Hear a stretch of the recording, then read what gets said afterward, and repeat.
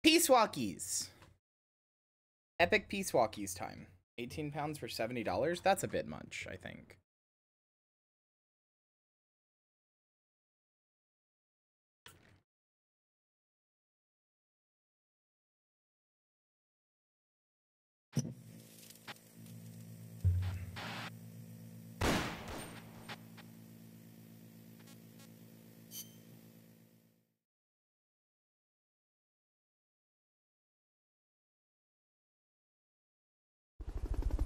Oh yeah, I need to make myself small for this one. I think I'm be like over here. Well, the comics and shit. Okay.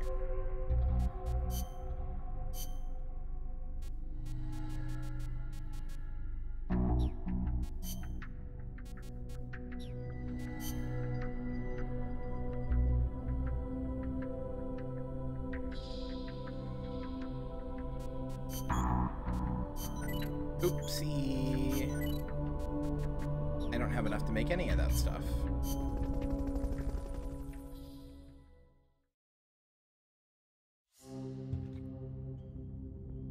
I would pay $70 to put on 18 pounds. You could do that for free. Well, I guess you actually couldn't, theoretically. Given that you have to buy food, I guess you theoretically can't put on pounds for food. To prevent its completion, you'll need to either shut down or destroy the artificial intelligence that functions as its brain. According to Huey, that AI is now undergoing final calibrations in Strangelove's lab. Alright, we gotta go find Strangelove. We beat Pupa, now we gotta go find Strangelove. That AI before they ship it out. And we should probably do something about our gear, because I'm set up for the Peace Walker, or the Pupa fight.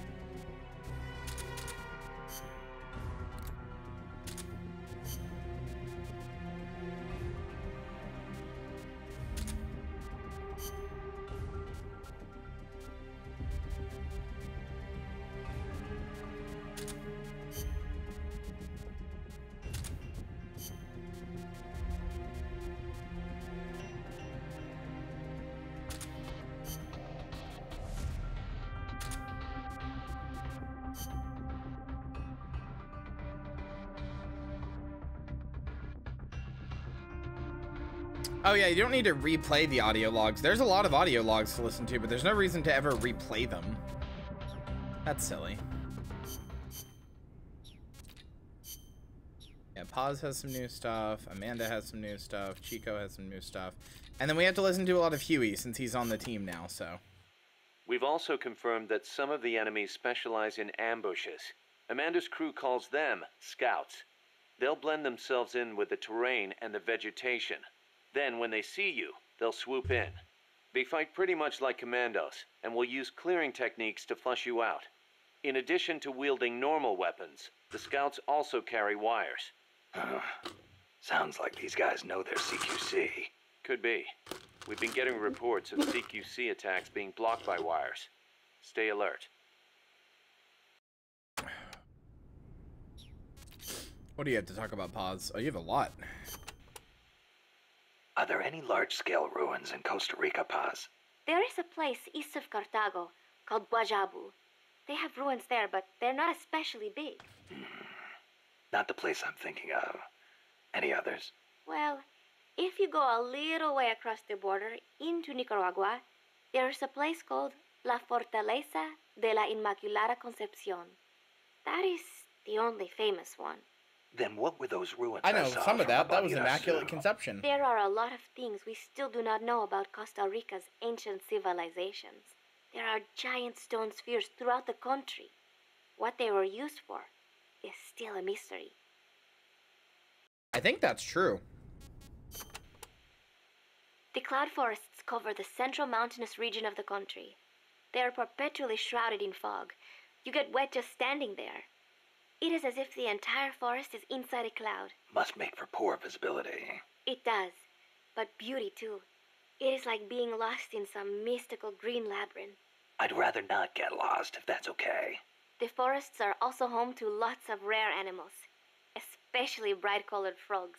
They like the humidity.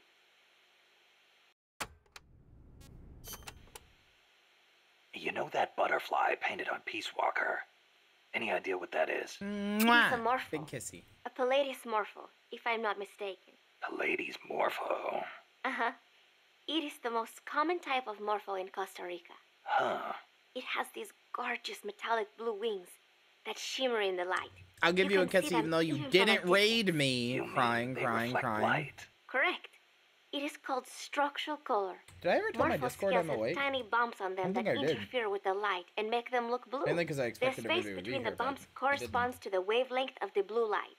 Let me see if I get this.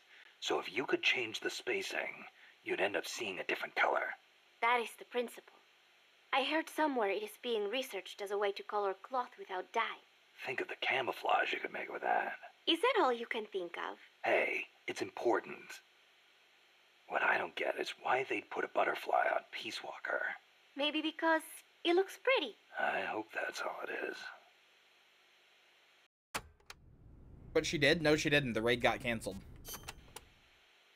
She This started area it, and then I think she might is have a hit cancel instead of tropical raid by cloud accident, forest, so it got canceled. continually covered It's in a okay. I'm thick not actually mist. upset. I was It joking. is quite a mystical place. Selva de la Leche. Forest of milk. I can barely see in front of me. There you go again. The forest is basically sitting in a cloud, so of course it's going to be hard to see. But you know, the cloud forest is the I would have only also place said Peace many Walker exotic reference there, creatures Joey. can It's live. okay. Well, if they're not edible, I'm not interested. Snake, I'll have you know people travel from all around the world to witness Costa Rica's unique fauna. Eve? Since you last watched, since the tank, we have slowly made our way to a base. We found Hideo Kojima in a truck, and then we have slowly made our way to a base where we fought a giant Shagohod from Metal Gear Solid 3 with a big thing on top of its head called an AI pod that sings Miku at us, and I'm not joking. That's actually that's actually the voice it uses. It's Miku's voice filter. And it does it sings Miku at us, and it shoots missiles, and we had to fight it and kill it, and it was fun. It was hard, but it was fun.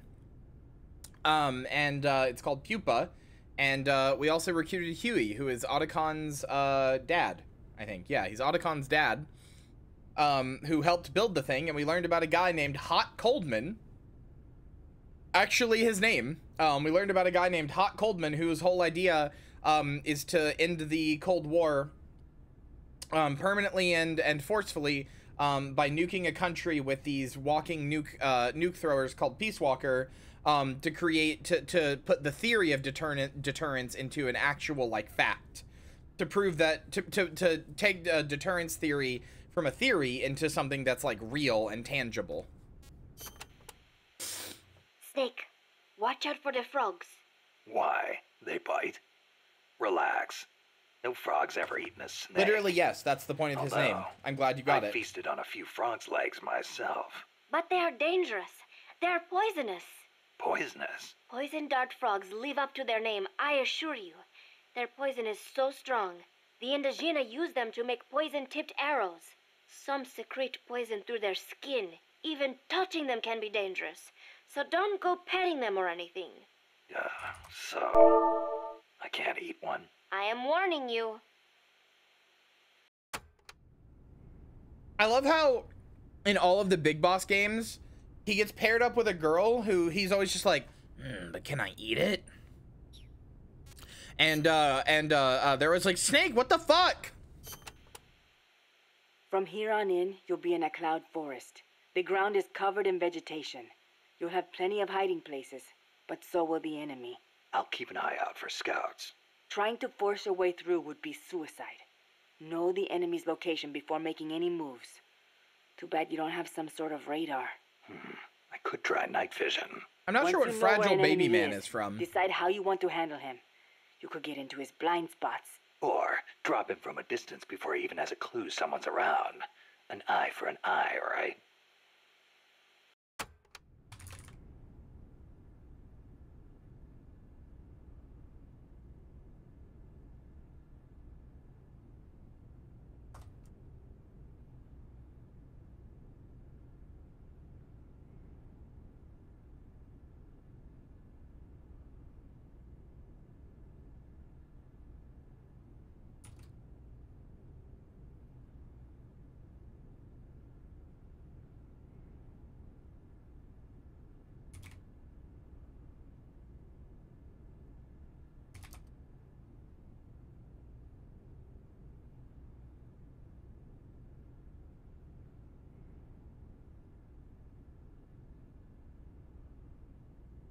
Think Naked Snake knows what sex is?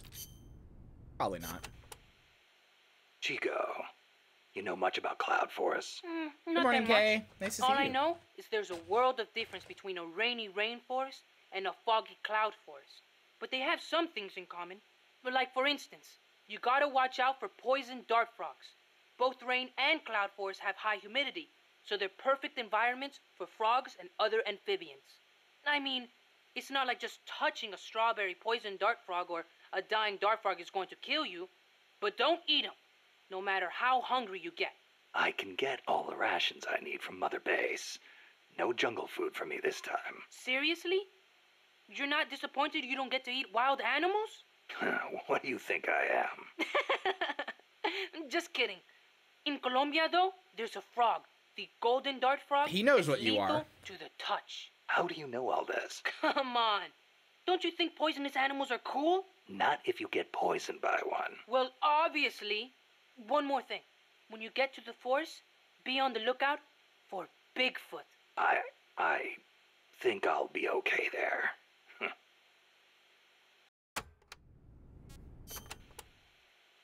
Bigfoot is an ape-man that lives in the Rocky Mountains. In Real the local game, by the Indian way. language, he's known as Sasquatch. And get this, he's over 3 bara. Can you believe that? So he's... This is a real kinda audio like log in a gorilla. real video game. Completely different. Even the biggest gorillas only get to about 2 bara, and they walk on their knuckles. Bigfoot's big, and he walks on 2 feet, like people. So he's more man than ape. Probably. His ancestors must have split off from humans at some point. Actually, before they Bigfoot was started real. It using probably tools and would live stuff. around the area of Yeah, Costa but- Rica. Aren't the Rockies kind of far away from here? Not that far. According to Darwin, humans came all the way over here from Africa. Plus, there have been sightings in Venezuela of an ape-man called Mono Grande. Costa Rica has tons of plant and animal species. So I'd expect there to be at least one kind of ape-man. At least. Just gonna point out, this is the second time a video game that I love has referenced Bigfoot. The other one is Red Dead, which has the best reference to Bigfoot ever. In the Red Dead Undead Nightmare DLC, Red Dead 1 anyway, you can play, or you can hunt down all of the Bigfoots, literally all of them, in a side quest called Birth of the Conservation Movement. And when you kill them all, you finally kill them all, you get a little like stranger quest for the very last one, wherever it is. And this happens. It is one of my favorite scenes in video games. It's so good.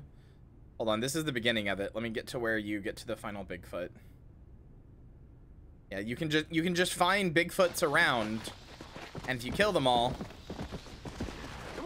they're Sasquatches. Hi, Molly. If you kill them all, then eventually you come across this.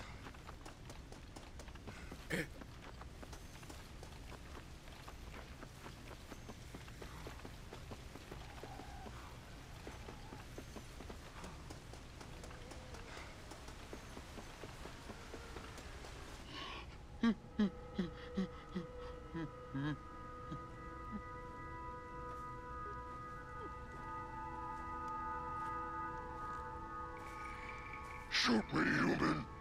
Shoot me. Oh, I will, you foul creature of the night. You'd be granting me peace.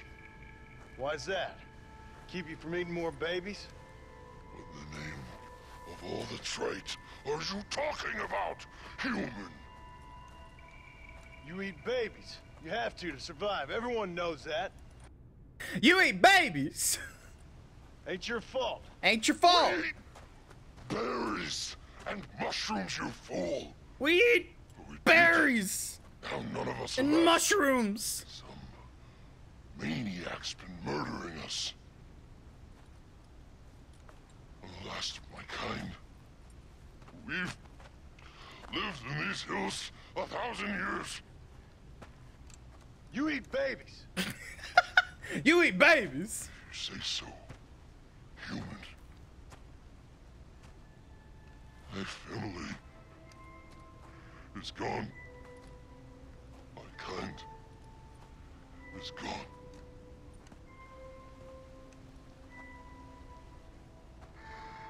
Shoot me. It's like actually such a sad moment, and I kind of think, I feel like it's kind of like supposed to be a little bit pointing towards the way that like the West eroded like Native Americans and their culture and stuff, considering that, you know, like he talks about like how they've lived in these hills for 1,000 years, and they had all these like cultures, and his family and children are gone, and all the other kind of stuff. And John Marston, the Westerner, just goes, "You eat babies." That's it. That's all he says. You have to survive. Everybody knows that. Ain't your fault. But it's a very sad scene and very interesting. But I can't take it seriously because you eat babies.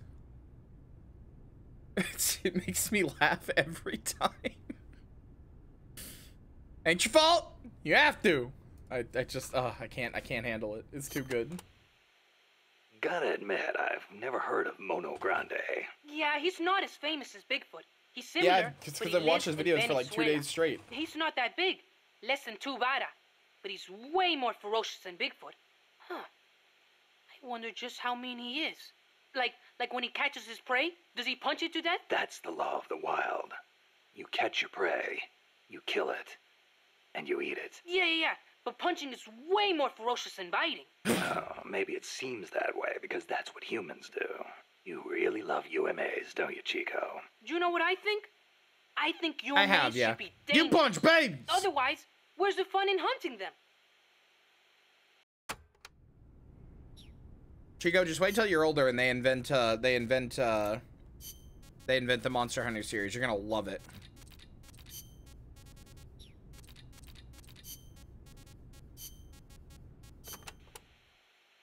La CIA calls their new toy Peace Walker, eh? Yeah. So? It is an insult to us Nicos. Because of the guy you were talking about. Walker? Si. Although it happened over 100 years ago. Back then, the political parties in Nicaragua were at each other's throats. The Nicaraguan Democratic Party hired an American mercenary to help counter their enemies. I don't know if this is true, but it probably is. That was Walker. After taking care of the conservatives, Walker decided to seize power in Nicaragua for himself, eventually making himself president. The Democratic Party gave him an inch, and he took the whole country. But it did not end there. Not only did he make English an official language, he tried to reintroduce slavery. Walker's goal was to build a Caribbean empire, centered on the American South. Caribbean empire? Again. Sounds kind of like what Coleman is trying to pull off. The gringos are always like that. They invent some convenient excuse to trample all over foreign countries like they This is probably real. Peace Walker. Ha. What happened to Walker in the end? A united Central American army led by Costa Rica kicked his ass and sent him running back to America. Then why don't we do the same? I, for one, don't intend to let Coleman get his way. Good idea. I'm glad we have you, boss. This is probably real, but when I first played this, I was like, man, that's so cartoonishly evil, that can't be real. Little did I know. Anyway, let's hear about Huey. What does Huey have to say? I'm gonna go get a drink first. What you eating? Ice. Ice in my drink. Hold on, I'm gonna go get a drink. Huey, babe!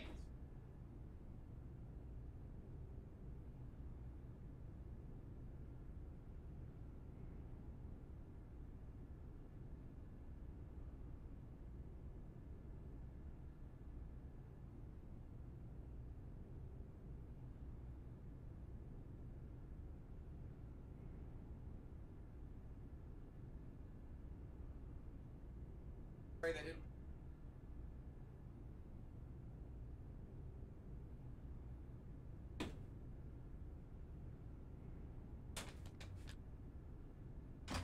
Okay, I return.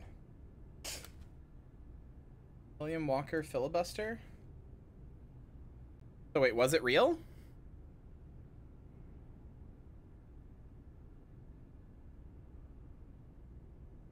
Walker's regime was recognized as the legitimate government of Nicaragua by President U.S. Franklin Pierce. Okay, yeah. Who the fuck is Franklin? I've never heard of President Franklin Pierce. The 14th president of the United States, that's why.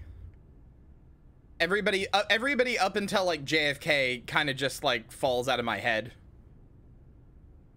Once JFK hits, I can start remembering them. There's a few: George Bush, Abraham Lincoln, Andrew Jackson, because he's a fucking piece of shit. I remember learning about Andrew Jackson in school and being like, oh, this guy was basically Hitler. Like, he was Hitler for the Native Americans, because, you know, I was a kid, and I was like my best point of comparison. And all of my teachers being like, no, he was different. Yeah, dude, he made the Native Americans walk a thing called the Trail of Tears, where, like, most of them died. Yeah, he was so different. Super cool.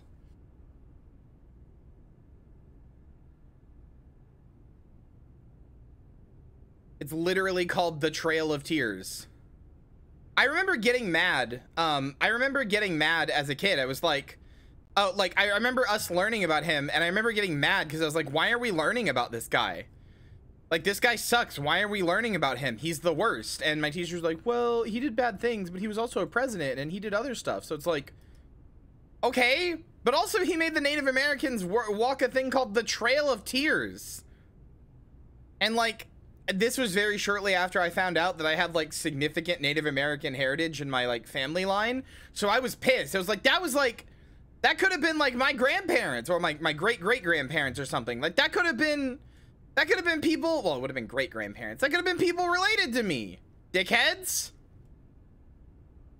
I was very upset. I was very upset at the idea that, you know, that we were learning about a guy that was, like, that much of a shithead. And how my teachers were like, well, you know, he did other things too.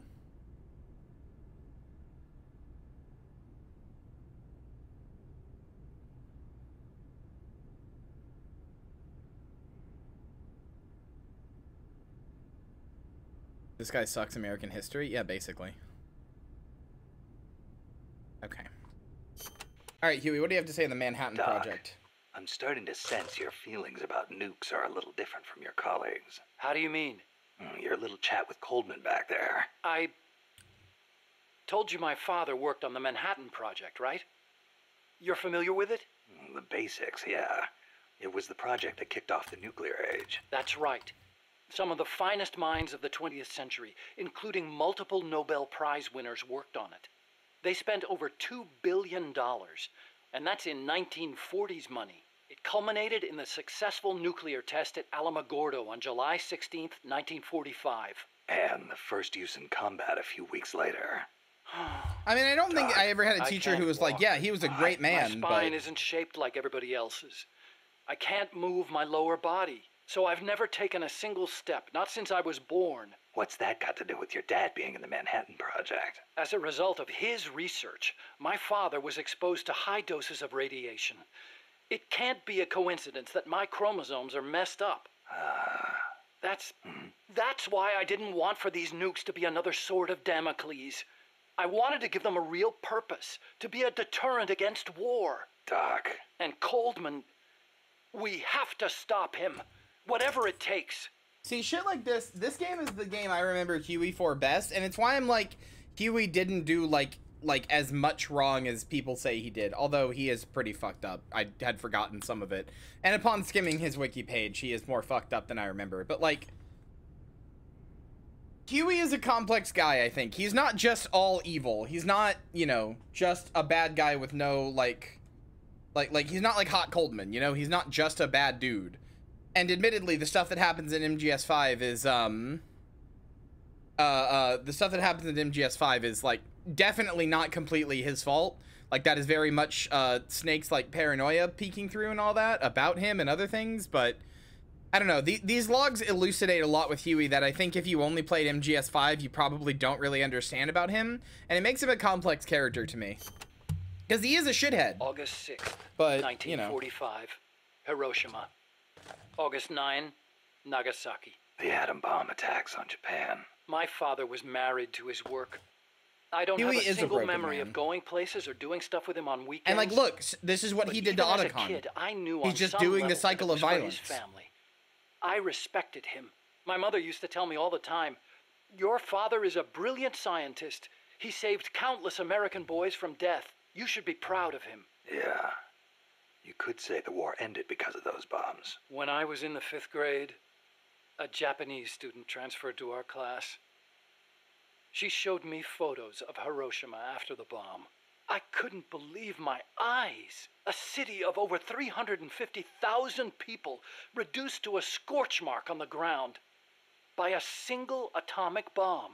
Houses blown off their foundations, burned to ashes. The only things left standing were the skeletons of steel-framed buildings. And it wasn't just the buildings. Blackened corpses on the side of the road. Survivors covered head to toe in severe burns. Within a few months, over 70,000 had died in Nagasaki, twice that in Hiroshima. For years after that, I couldn't talk to my father. Couldn't even stand to look at his face. I know how you feel, Doc. But your father's your father. If he hadn't worked on that project, my body wouldn't be like this. I could be researching something else. I could have lived a normal life.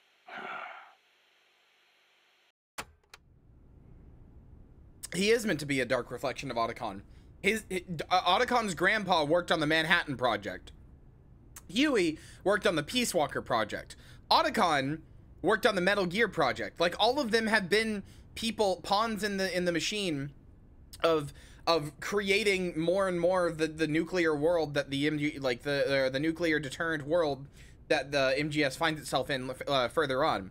But where the other two resigned themselves, like where Huey and Huey's dad and Otacon's grandpa resigned themselves to what they had created and barely tried to fight back, were simply, you know, not happy, but like able to find peace with what they had done. Otacon basically did what he did at gunpoint, and as soon as there was a chance to undo the work he did, he spent his entire life dedicated to undoing it. Like, you know, that's the difference. Is like Otacon could have given up the way that Huey and Huey's, you know, Otacon's grandpa does, but he doesn't. He spends his entire life trying to undo what he was forced to do basically at gunpoint and didn't want to in the first place.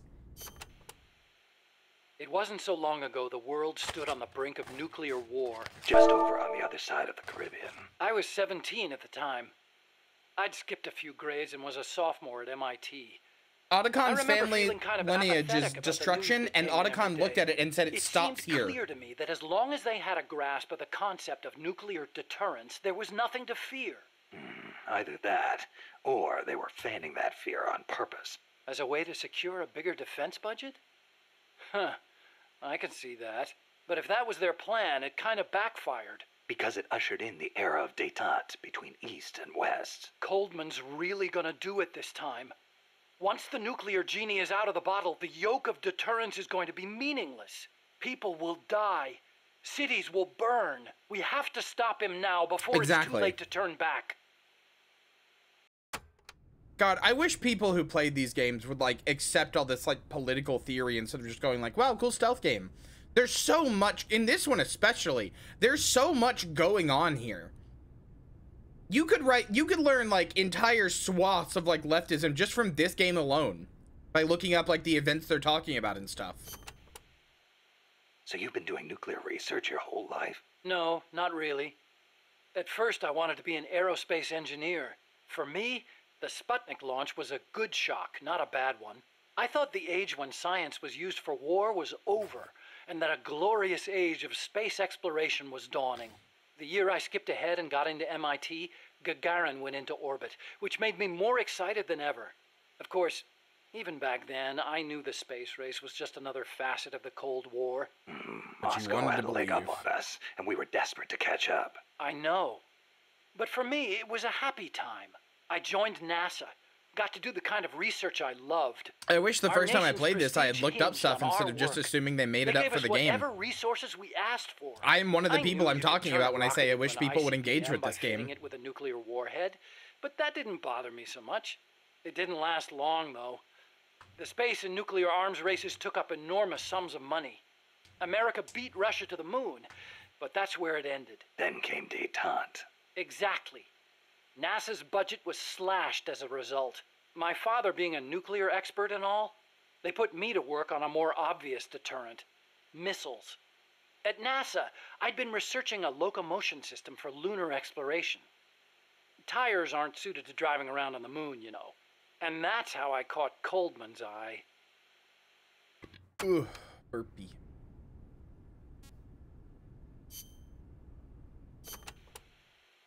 Let's speak in hypotheticals for a minute. Say you wanted to make a clone of yourself. A clone? Paramedic had the same idea. It's science fiction. I'm just hypothesizing here. Okay, not a clone then. You have any kids? Nope. Wife? I've never been tied down. Okay then. So, we're still talking hypotheticals. Say you had a son who'd inherited your genes. Someone with the same combat abilities as you. Would you challenge him to a fight? Not to sound cocky, but I wouldn't want to do that. No telling who'd survive. I'll bet. You picked up on the Pupa 5000's combat patterns in seconds. Only with your advice, Doc. Well, if anybody could learn to do it just by listening, it'd be easy. But you're a born soldier. Yeah, you must have been born with genes geared for combat. Soldier genes, if you will. Genes geared for combat? I don't care how advanced their research is. Oh, I can do that in RimWorld. You can't blame genes for everything. Blame genes? You think it's funny? What? You think genes have nothing to do with this body I was born with? I don't know. Look, that fear of facing someone of equal ability in combat, imagine that on a strategic scale. That's the concept of nuclear deterrence. Huey also has a lot bundled up in like his disability. He never really accepted it with grace. Nuclear war he views it as literally the sin of his father passed down to him. Exactly. It's so simple in principle. But because it's so simple, whether or not it works properly depends on the people involved. In that sense, what we're looking at now is a malfunction in deterrence theory. Coldman. You got it. Please, Snake, don't let deterrence die. He's got a fundamental bitterness, and like I mean, in some ways he's right. Like, it's impossible to not view his disability of not being able to walk as sins of the father, when it definitely happened because his dad got so irradiated that his balls don't work correctly anymore, you know? Like, literally, the result of Huey's dad being involved in this nuclear testing caused Huey to be like this, and now Huey feels like he's, like, permanently tainted by the sins of his father, so I guess he has to work in nuclear stuff too. Like, he's already tainted by the sin in the first place, you know, what else is he gonna do? He's a sad, bitter, broken man. To achieve robust nuclear deterrence. He almost comes close to being Otacon, and then his bitterness overwhelms him. System along the Caribbean coast. Peace Walker is also the name of the system itself. A nuclear weapon named Peace. I can just see the look on Kaz's face. So why exactly does this new system need legs in the first place? Because it's a walker. An unmanned weapon moving under its own power and capable of launching a deterrent strike from anywhere. That's the whole idea behind Peace Walker.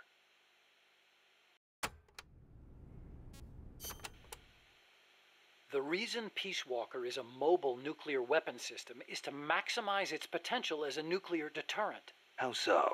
If need be, Peace Walker can stay constantly on the move so that the adversary can't pinpoint its position. That allows it to avoid preemptive enemy strikes. So you're saying it keeps the retaliation card in play? Coldman likes to brag about it in this way. Like a land-based version of an SSBN. And there's another reason for them to be mobile. Peace Walker also has a self-destruct function. There.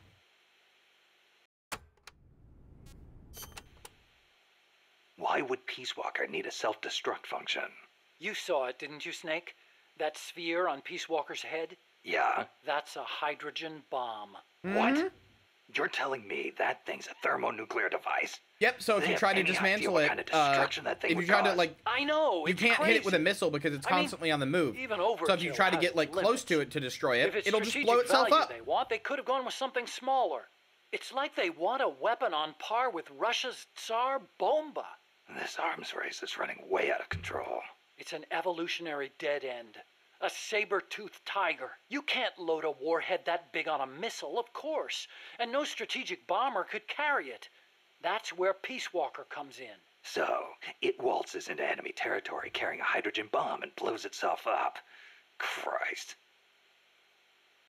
There's two reasons, Ivy. It is addressed. There's two reasons. And they are kind of factual reasons, but they ultimately don't bear out in testing. But they are genuine. Basically, Kojima got really, like, into the idea because this was tested at one point. And it doesn't bear out in actual testing, but it was something that we tested at one point. And so, we know it doesn't work. But basically, two things. One, something that is on legs, that is, rather than treads or whatever, something that is on legs can go on any terrain. Oh, do you need to fire specifically at, like, on this, like, hillside where you'd have to kind of, like, where a human could put, like, one leg, like, kind of up and like, with a bent knee and the other one going straight down, and you need to fire specifically from right there? Well, something that's bipedal could do that, or even, like, quadrupedal. Something could do that, you know, like, it can fire from basically any direction, any terrain at all, period. And two, if it can, like, crouch its knees and hunker itself in, then it can absorb almost all of the recoil and transfer it to the ground, like a human does when they fire a rocket launcher. Like, if you put like an RPG-7 on your shoulder and then you kneel down and you kind of like push yourself into the ground, when you fire, all of the recoil vibrates down through you and into the ground, like it disperses out through you and you barely move, right? So those two factors make the idea of a mobile weapons artillery that shoots missiles that's bipedal a very interesting prospect. Now, again, we've tested this, we bore it out, it doesn't work.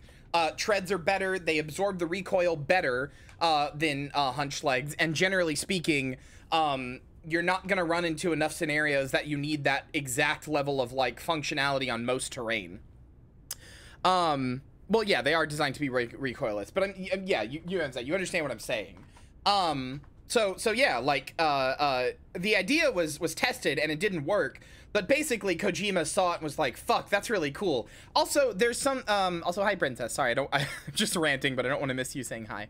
Also, there's also just the implication and the, it's sort of a RoboCop thing, if you think about it. There's the implication and the symbolism of, like, the implication and symbolism of the machines that we're using, you know, to be these nuclear platforms being almost human, like being human-like, you know? This gets pushed to its, like, most extreme degree in MGS5 with Sahelanthropus, but there's a little bit of symbolism with, like, you know, these machines are, like, human, you know? Like the geckos in MGS4, they make cow noises, and they look around, and they, like, turn their head sideways, and they go, you know, they, like, click around looking for stuff. Like, they are, like, biological, like, little guys, you know?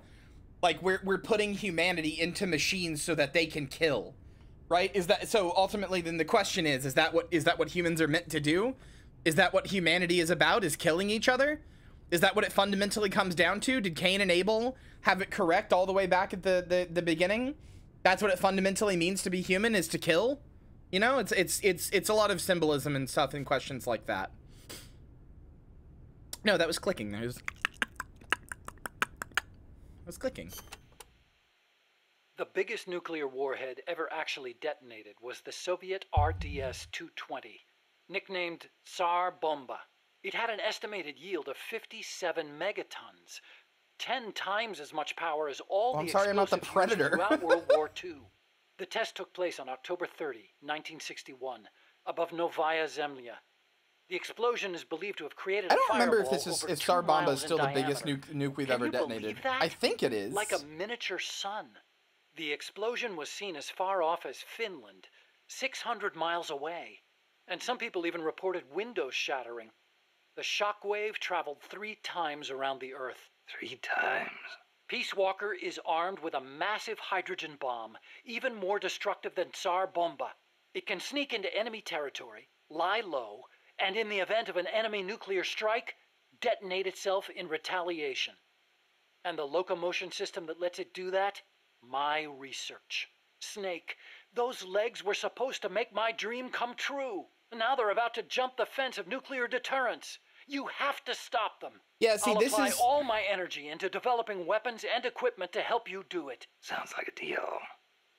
See, this is kind of the really sad thing about Huey. This is what makes Huey kind of a tragic character to me. He views his disability of his being unable to walk as sins of the father, right? So at first, Huey wanted to be an aerospace engineer. He wanted to go to space. He wanted to not just walk, but to leave the planet itself, right? But, you know, obviously that just ended up being another way to fund the Cold War, something that his father did, you know, continuing his father's research. So he didn't want to do that anymore. So then Huey starts researching how to make, like, robots and specifically legs for himself and for others so that he can move on from the sins of the father. But then again, his research gets drafted into a nuclear weapon. So again, he's ended up, you know, recycling this, or not recycling, but continuing the cycle of violence, of destruction that started with his father. He's just inadvertently continued this, and now he's with Snake, and he wants to destroy Peace Walker with Snake, which for obvious reasons. But in doing so, he's creating weapons and weapons research and all this other kind of stuff. So even though he's now fighting for good, he's still doing the cycle of violence. It's just he's doing it on the other side, but he's still continuing the cycle of, you know, of violence and war and propagating the Cold War and all this other kind of stuff. Like, Huey's tragedy is that he was put together, like he was created in the sin of his father, and he can never escape it. Everything he does leads back to perpetuating the sin of his father. Even going so far as just the way he treats Otacon as a child is still just perpetuating the sin of his father, because his dad sure didn't pay attention to him and love him as a child and was married to his work. And hey, whoops, look what Huey's doing to Otacon. Like, Huey's biggest failure is that he continues to be his father no matter how much he tries to pull away from him. Otacon subverts this by choosing to accept what his father and his grandfather were and finding a way to, like, resolve that within himself and move forward against the idea of what they have created. Like, it's cool. It's a really cool, like, I really, this is part of the reason I like Huey, is because he kind of makes Otacon a more well-rounded character. You see that, like, Otacon's not just some dweeby nerd who pisses himself and references anime the first time you see him, and then he's just Snake's boyfriend. He's got a lot of baggage. He's got a lot he has to kind of live through and live up to in some ways. I mean, wait until you see who Otacon's mom is. What made you put an AI into Peace Walker? Well, for one thing, because he is those things too, but that's not all he is. Peace Walker's designed to enter enemy territory and blow itself up, if necessary. You can't put a person inside a weapon. Yeah, you should record it and show me. Time, can you? So we equipped it with an AI instead. That's strangely humane of you. And besides, also, yeah, I like Shagohod a lot for the same reason. Bipedal weapon system. You can't imagine how hard it shakes when it walks. It'd turn a man into mush. Plus, when launching a nuclear missile, it has to perform ballistic calculations in real time. See? Because it's always moving. Hold on. If that's all it does, then a high-performance computer ought to do the job. It doesn't need intelligence. That's a very good point, Snake. Which brings me to the real reason. Peace Walker needs AI to make decisions regarding nuclear retaliation. It's what ensures perfectly mutual assured destruction. I've heard all this before. You want a war between machines? We'd never actually launched the first nuke, of course. It's strictly a counterattack system. Only a politician could make such an illogical decision as starting a nuclear war. Conversely, if hey, how do you guys think Kojima feels about politicians? The AI will not fail to retaliate. Therefore, the adversary can't launch. The AI guarantees it. Even so, launching nukes without authorization? Boomer captains have the authority to launch if land communications are cut off. It's the same principle. Not even the captain of a boomer can make that decision alone. The way I heard it, that's the only situation where insubordination is allowed. Only because humans are imperfect. That's Coldman's line of thinking. You're saying that machines don't make mistakes? That's a myth. Worse than that, it's blind faith. We wouldn't put our faith, our fate, into the hands of any ordinary machine. That's what the AI is for. The decision to launch a retaliatory strike requires high-level judgment. You have to take into account not only the state of the war, but the entire world. And sometimes, you need to make a guess based on incomplete information. Huh. You think an AI can do all that? Yeah. At least Dr. Strangelove does.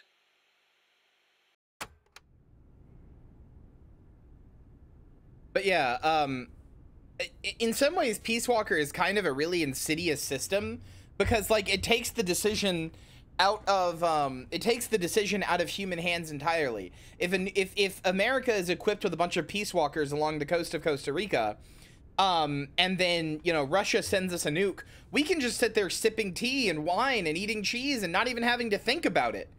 We wouldn't even have to worry about it. We would know for a fact Peace Walker would have our back. We wouldn't need to care at all. It wouldn't matter. Like, it would be 100%, it would be out of our hands. Nobody would even be the one pushing the button, you know? Which is kind of insidious, because when you remove that level of, when you put the hands of the button that ends the world inside of a machine and take away the human component of it, who becomes to blame for the end of the world in the first place, you know? Like, it's a little terrifying when you've pulled it away that far. Like, who even caused the end of the world at that point? Peace Walker is fitted with several close-range weapons.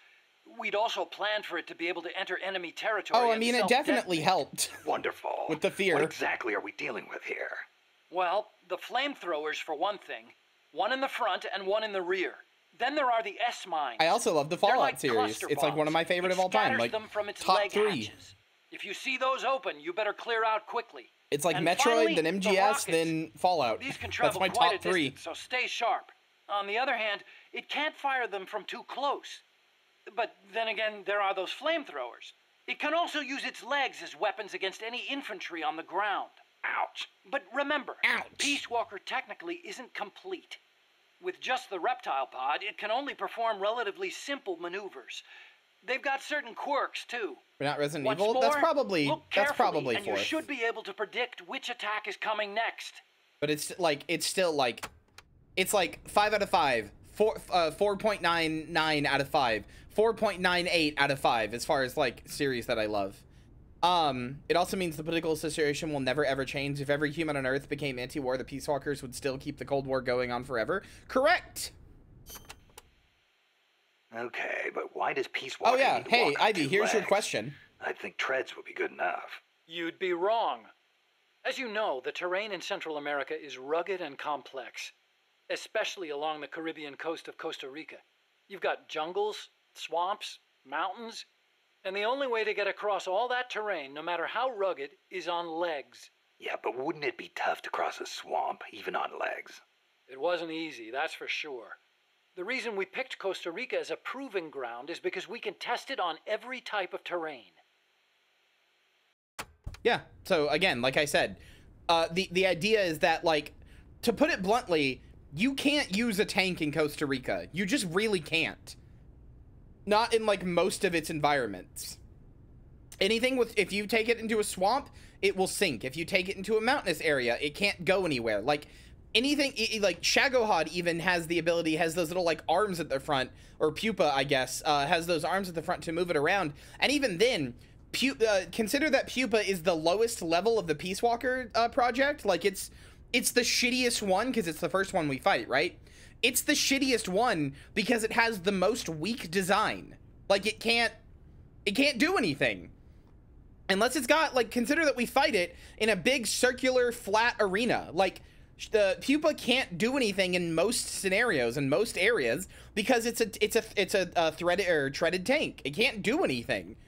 It has like those little arms so it can move itself up a little and climb up stuff, but not very well. So, you know. Yeah, it's too specialized. This Peace Walker project the CIA's talking about. You believed in it, huh? Yeah, I believed. Plus Actually, 2, princess. Maybe I just wanted to believe. What do you mean? Here's how Coldman explained it. Peace Walker's a weapon for peace. One to ensure true nuclear deterrence. It'd be the anchor to bring stability to Central America. He told me, the nuclear weapon system you've built will never be used. It will forever And yet you stand still need to vigil build as an it. icon of peace. And to achieve that, he needed my bipedal locomotion technology. To be honest, I was flattered. Flattered? Wouldn't you be? My colleagues in the scientific community have never taken me seriously. They told me bipedal locomotion was a pipe dream, that it'd never amount to anything. It was the first time anybody recognized my work. How could I not be happy? And besides, it was my chance to surpass my father. To create nukes for peace. Or so I thought anyway. But Coldman's really going through with it. Yeah. Makes perfect sense, really. No one would give the project any notice unless they could prove that an unmanned system is capable of launching a nuke. Like I said, Huey's a broken man, and I kind of feel bad for him in a lot of scenarios. He's not a good guy, and he's worse than I remember even, but it's hard to not, like, it's hard to not see where the bitterness comes from and why it's happening in the first place, you know? Like, I feel it's hard it's hard to look at him and be like, oh, you're just a piece of shit who, everything you do is wrong and bad. Like, there's more to it than that. He's complicated. Why is Coldman gonna launch a nuke? If all he wants to do is prove the AI retaliation system works, he doesn't need to put a live warhead on it. I agree. He's a very He tragic could demonstrate the character system to me. by launching the missile alone, without a warhead. I asked him the same thing at first. He said there was no point in using a dummy missile. That it'd take an actual nuclear launch to deter potential enemies. Launching the real deal gives him a leg up in negotiations with Langley. That's what he's really after. Yep, so consider that, basically, given what he just said, this is basically the first example in MGS's history of a weapons test as a form of a sales pitch. Coldman can talk all day about, like, making deterrence real and everything else. What this really boils down to is he wants to show that Peace Walker works, so that Langley will go like, maybe we need one of these. Let's talk to the boys back at Washington. I based the bipedal locomotion technology used in Peace Walker on Soviet research. Actually, I'll be honest with you. Yeah, on Granin. I stole most of the basic ideas behind it. Soviet? Bipedal? You mean Granin? You know him? I met him. I met him at his lab in Russia. He helped me out a little bit. You met him? What were you? He was head of the Granin Design Bureau, creator of countless Soviet weapons. I'd hit a wall in my research at the time.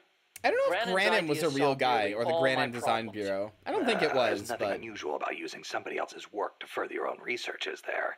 As long as you cite it, yeah. But I wasn't in a position to do that. His research was classified at the highest level.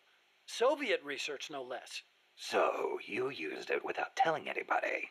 I wanted to show up my colleagues for once. The ones who never took me seriously. But you reap what you sow. Coldman seized on that vulnerability. Told me if I quit the project, he'd expose my larceny. He had you by the balls, Doc.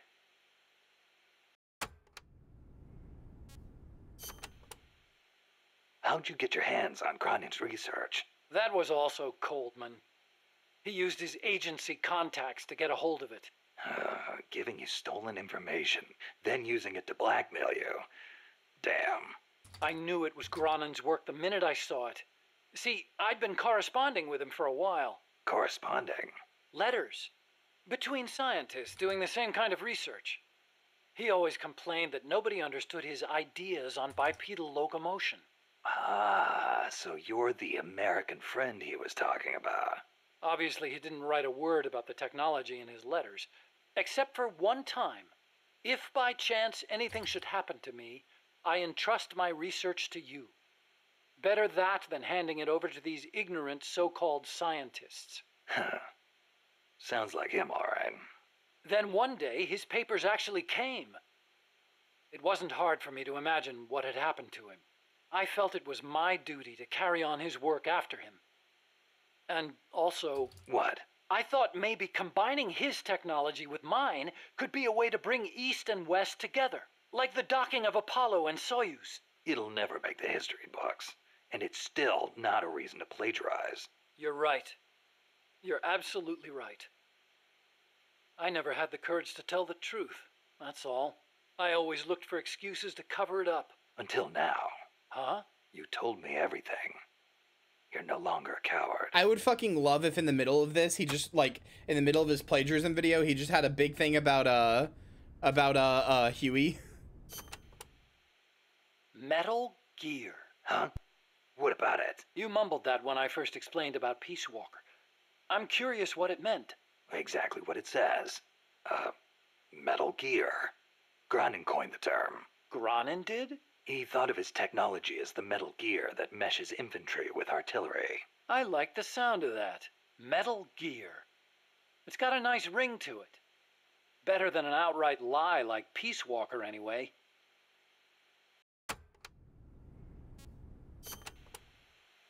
Those papers the CIA gave you, was there any data on the Shagohod in there? Shagohod? A nuclear tank that launches IRBMs. It competed against Granin's system for approval. Oh, the thing with the rockets.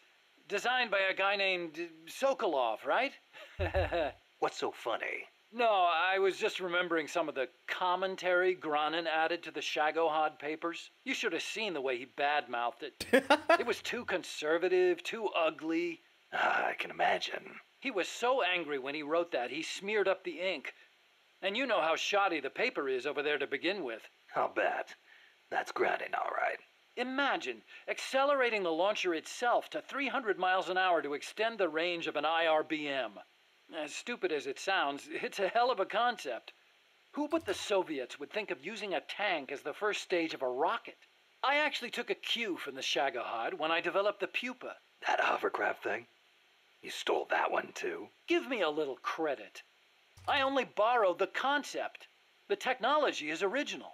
As it turned out, hover technology wasn't enough to handle all the terrain in Central America. It relied too much on brute force. But the Shagohod was a major threat. That thing could corner like you wouldn't believe. Built pretty tough, too. You sure know a lot about it. It almost did me in. I couldn't forget it if I tried. Did you in? So you were the one who took it down. Yep. Wow. You really are amazing. I didn't do it alone. No, seriously, thank you. We might not be here today if they'd begun mass-producing that thing. Then again, they're hard at work now miniaturizing nuclear warheads. Pretty soon they won't even need an accelerated launcher like the Shagohod. Great. That means they're that much closer to being able to launch from anywhere in the world.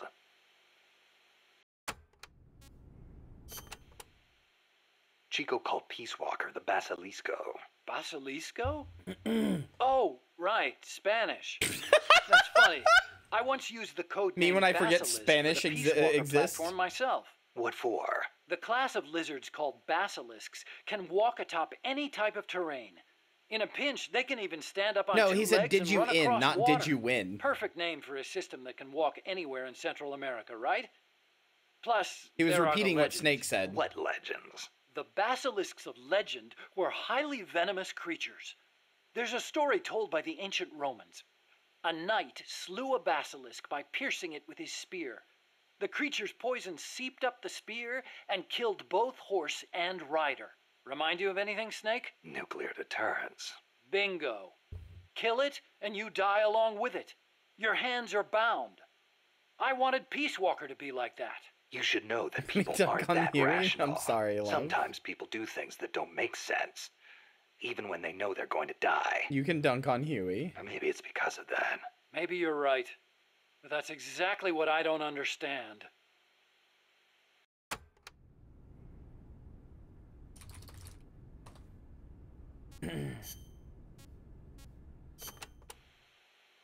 Hey, Doc, what was that you were smoking in the lab? It looked like a cigarette, but it wasn't lit. Oh, it's an electronic cigarette. I designed it myself. Pretty neat, huh? Electronic cigarette. Yep, a liquid in the filter that turns into vapor, and you inhale the microparticles. So that was vapor. I'd actually rather be smoking normal cigarettes, but not in that room. The smoke would wreck the precision equipment in there, ruin all its wiring. But the vapor is just steam. It doesn't contain tar or anything like that. so I can smoke it in the lab with no worries. Nice. Want to try one? Nah, I'll stick with cigars. Yeah, but... I don't like imitations. The real thing's always better. Okay. But you know, sooner or later, smoking's gonna become very unfashionable across the world. It hurts you and those around you. Electronic cigarettes might not seem so bad then. Yeah, when that happens, I'll think about it. Yeah, I'm sure electronic cigarettes will never come up again. You said your dad was involved in the Manhattan Project, right? Yeah? And you think that's why you can't walk? I don't know. Actually, you know, probably not. So far, nobody's found evidence that exposure to radiation in parents causes genetic defects in children.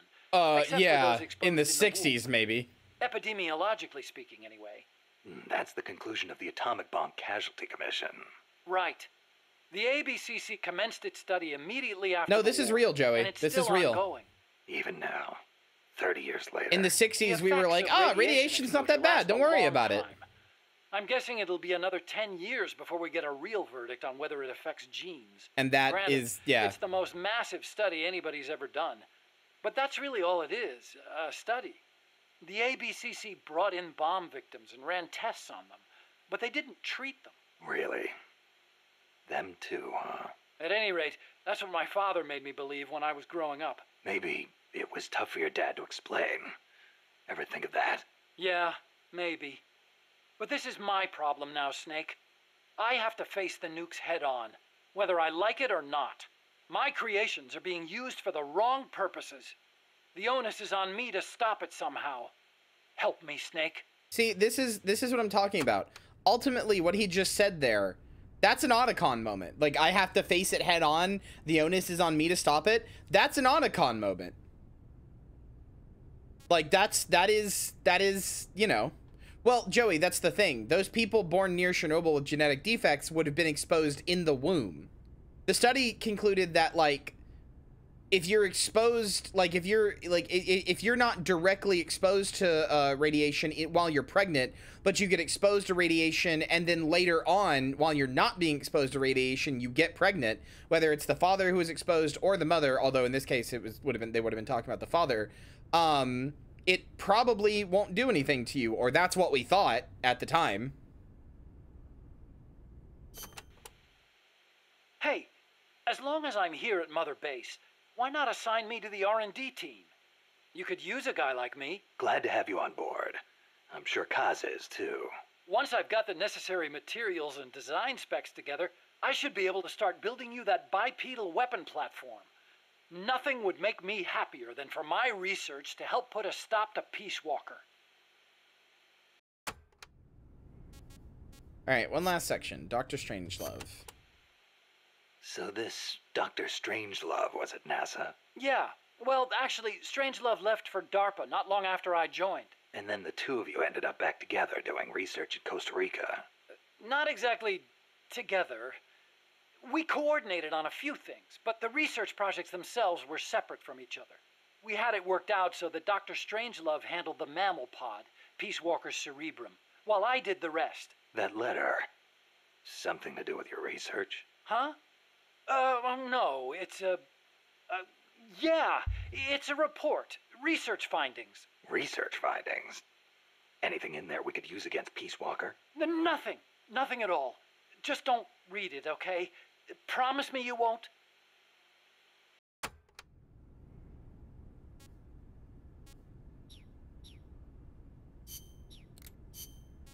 Was there anything else in here that was new? Okay, alright, there we go. That's all of Huey's files. We can actually play the game now. Read his diary? I don't think you can. I'll check data files after. Chapter 2, The Phantom Hero.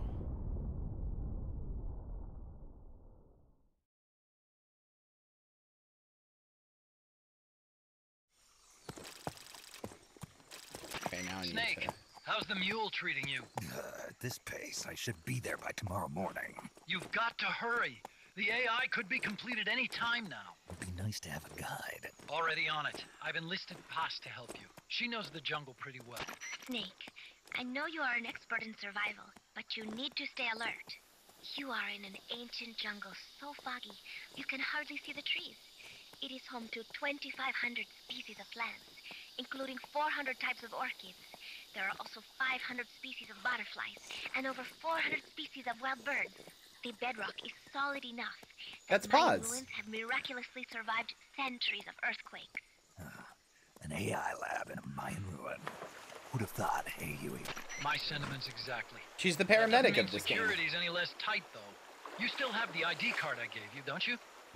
Got it right here. Oh, hey, look, a That'll butterfly. get you through the gate, no problem. After that, Butterfly. you're on your own. As long as the AI remains unassembled, Coldman's plans on ice.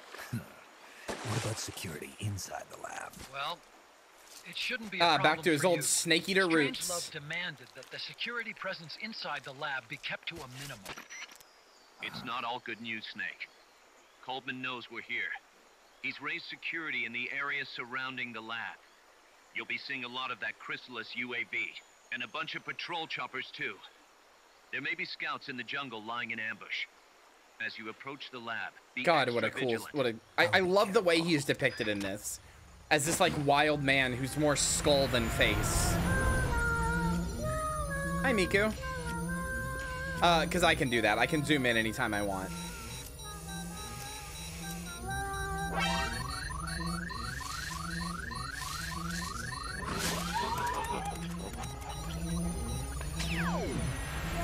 They're looking for you. Stay sharp.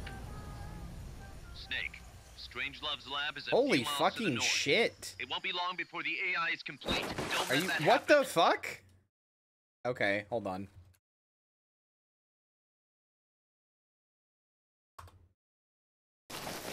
There we go. I had to turn it to followers only. Jesus fucking Christ. Careful.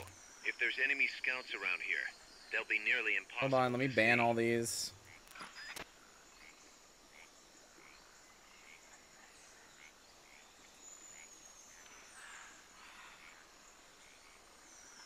Looks like Joey got him. I don't know. I suddenly got very attacked by bots. Yeah, please report them if you guys don't mind. Hold on.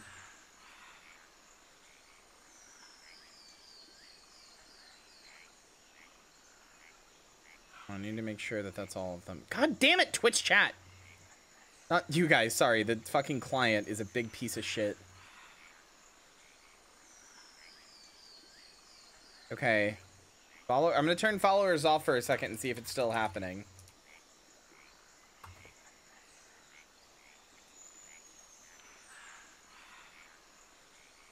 Okay, it looks like we're good, because I want my lurkers to be able to chat.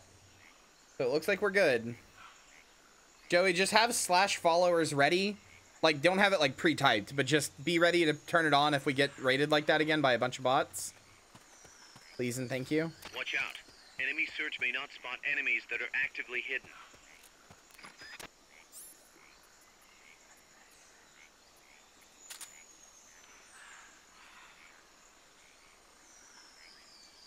Yeah, so this is where the game starts to really get hard and also veer a lot more into, like, more than just, like, hanging out in Costa Rica territory.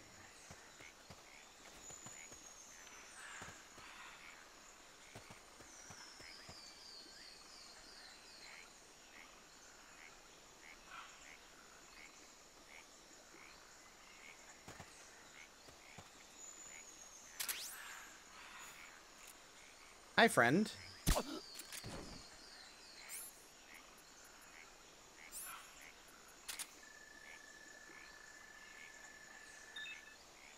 C rank. Alright, fine. Mama, can I sit on your other shoulder? No. Sorry. Hi, friend.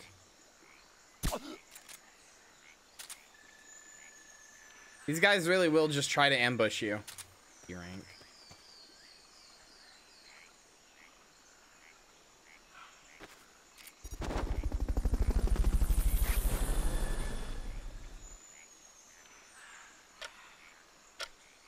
Fulton recovery helicopter is complete. I would kill for a remake of this game in like the MGS3 or MGS5 engine, where like there's no like area transitions between the loads and stuff like that. I would genuinely kill for it so much.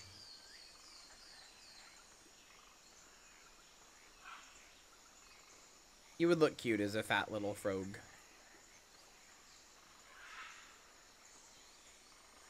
Freeze.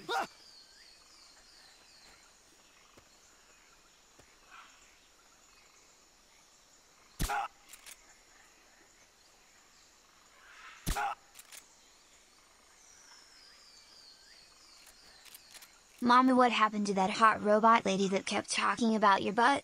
I feel like her presence was influential in my mental development. I have no idea what you're talking about.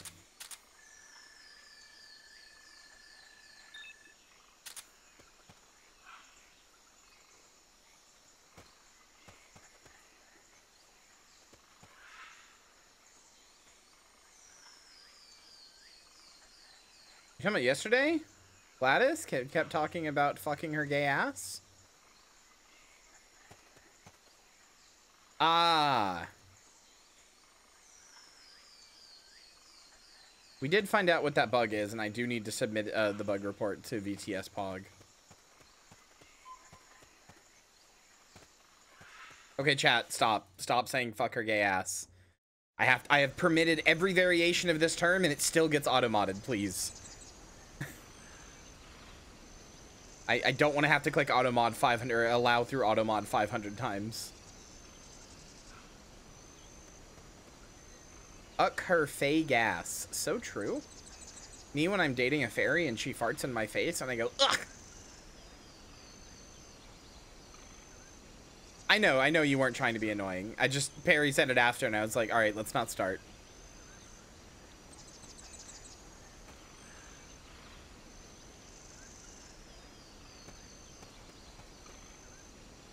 Me when the will-o'-the-wisp start getting flirty. God damn it, we went for the same joke. Same brain cell. Deleted or deactivated accounts? Nice. They probably attacked multiple channels at once. I just don't know why I got like 20 at once.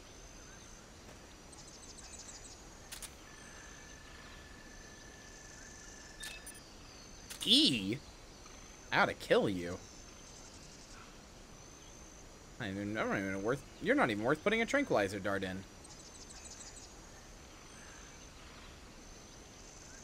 But you are covering my view of Nothing here.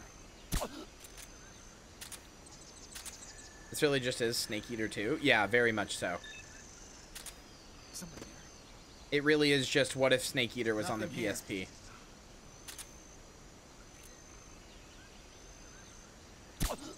Mama, who is this camouflaged man I see? Camouflaged.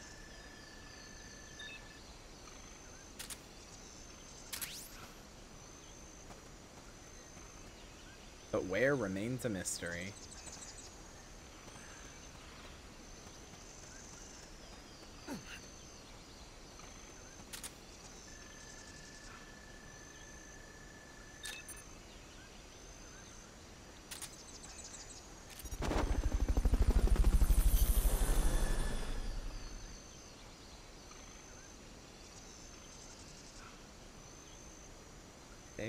Selva de la Leche hillside.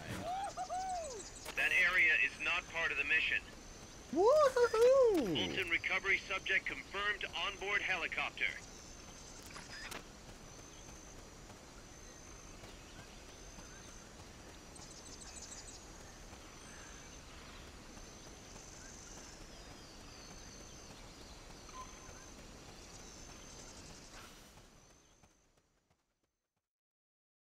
I'm gonna be honest, everybody is always like, oh, this would kill a medieval peasant. I don't think that's true. I'll be honest. I don't think that's true. I think medieval peasants would be able to handle and understand most things you explain to them. I just think that they'd relate to it in ways you wouldn't understand. I think you would be the one who'd be confused. You'd explain them to what the internet is and they'd be like, oh, so it's magic. You'd explain them what, like, a soldier is and be like, oh, so it's like a demon. Like, they just have different ways of getting it, you know? Hi, that's a Hind-D.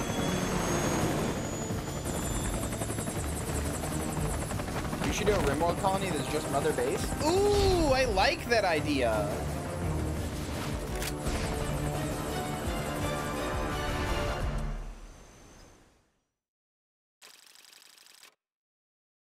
There were hidden collectibles that were standees of Kyria. Oh, that's how I would play the fuck out of that, even without me in it. I would play like a low-tech version of Peace Walker.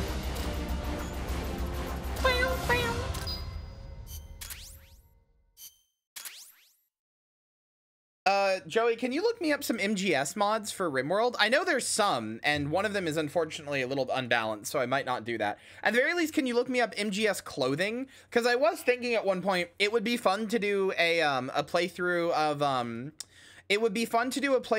RimWorld that is like a one, like you start with just one guy and it's Snake. It's like Big Boss.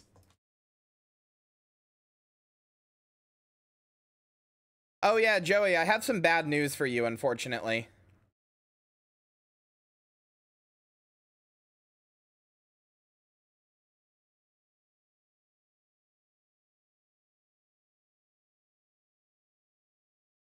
Joey, do you remember that that achievements mod you showed me and how we were going to make a RimWorld card around it? Unfortunately, it's probably never going to get updated again. Unfortunate.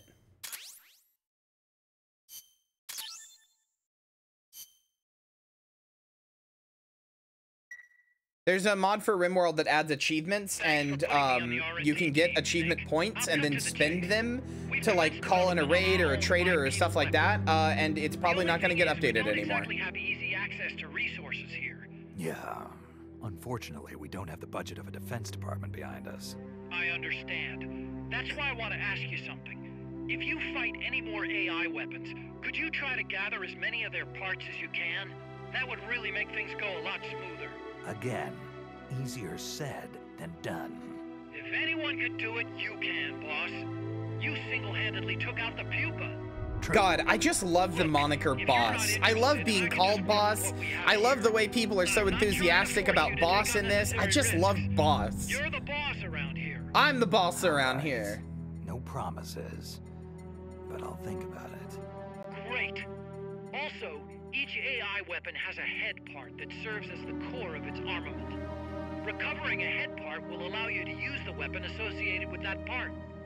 But those Wait! won't go I just had an idea. fight, so don't get too preoccupied with this stuff. Don't worry, I'm not about to risk my Mama, life for a bunch of I'm the scrap. boss now. I would hope not. One more thing. Our new bipedal weapon needs a name. Good point. We can't keep calling it our bipedal weapon. I had a talk with Miller, and we came up with Metal Gear Zeke. Metal Gear? Zeke? Yep. As you know, Metal Gear was coined by Granin. And Zeke? It's a name the U.S. military gave to Japanese aircraft that flew during World War II. Zeke was the Japanese Navy's best fighter plane. So are you okay with that, Snake? Sure. Fine by me. Miller was saying that an army without borders will need a deterrent against other countries. He's right. With Metal Gear, MSF can achieve true independence. Here's hoping. Chat, I just had an idea. On my new model, I should have like a military beret. It could be like Jill's from RE1. Okay, I have a beret, like a military beret, like Jill's from RE1. And I have Big Boss's bandana on my head, like the bandana around the top of my head, my forehead, like Big Boss has. And if I have them both out, the logo on it changes from stars to Foxhound. Hell yeah. I'll truly be boss. That has to go on my new model. It has to.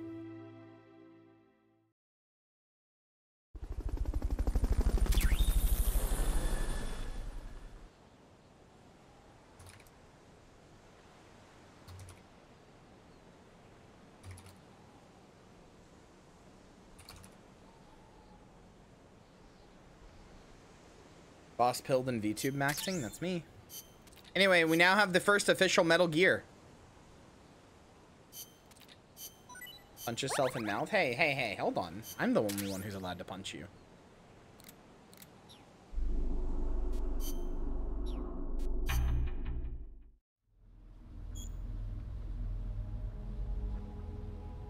Metal Gear Zeke development tutorial.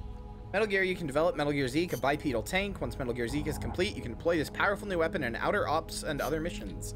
Deployment of Metal Gear Zeke is dependent on parts collected from all the AI weapons you encounter. Parts you can obtain include an armament such as jetpacks and additional armor. These parts vary by AI.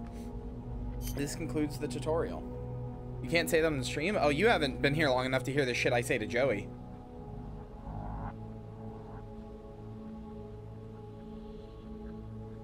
I've said some shit to Joey.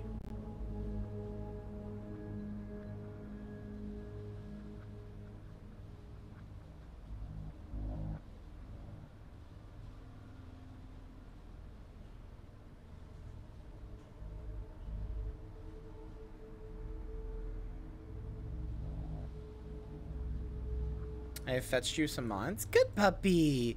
Who's my good puppy?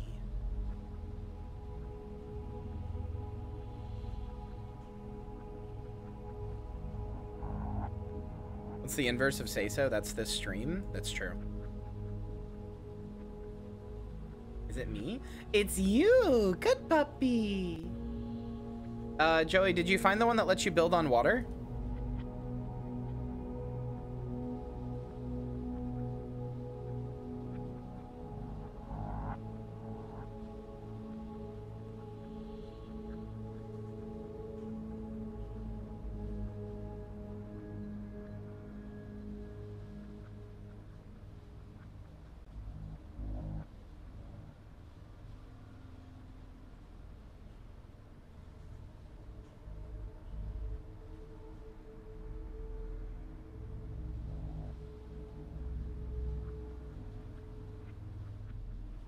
And then we just mod first since I already know where to find that one. Okay.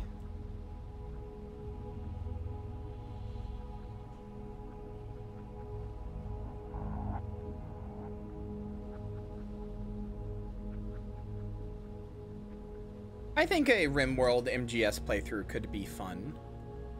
There's a hand-to-hand combat mod, but like I said, it's unfortunately really overpowered.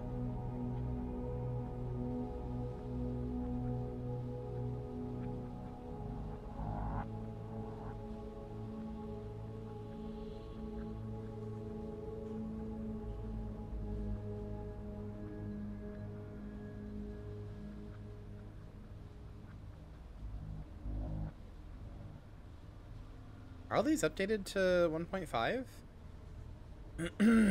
Military Sans Frontières is. Hand-to-hand is. Metal Gear Solid is. Hold on.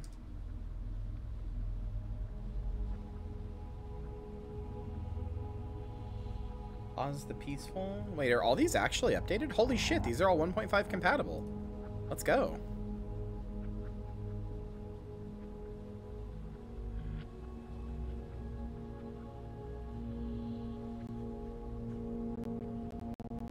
Gotta have the option to ride in someone. I agree. We'll take our best military Sans Frontières soldiers and ride in the hell out of them. By the way, does anybody know if in RimWorld for your ideologian, can you make it so like basic members at like the lowest level, just people who have the ideologian, can you give them clothing? I know you can give them to like leaders and stuff like that, but is there a way to like in their ideologian make sure that they like want those clothes? Like just as a basic member?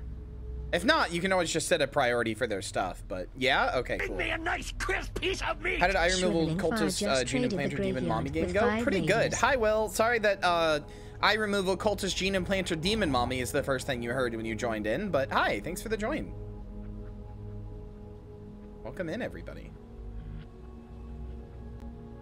Well, I promise it's relevant. I promise I'm not just like saying shit. I promise it is relevant to what we were talking about. I'm not just anything like that. I'm not here to be judged. I mean, that's based. But I promise it is relevant. I'm not just saying shit. We're talking about RimWorld.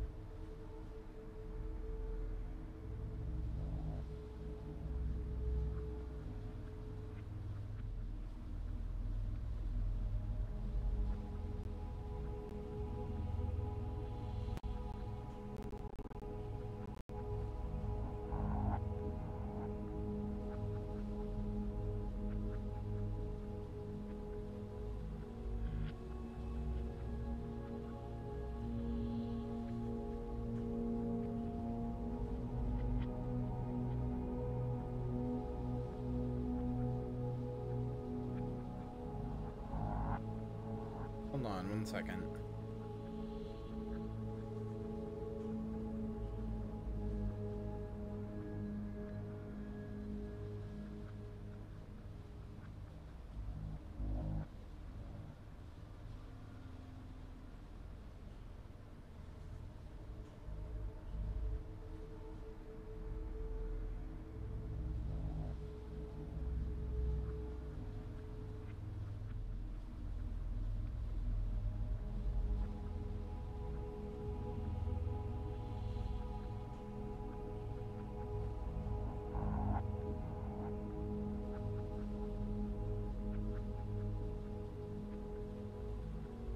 Okay, neat. All right. Status.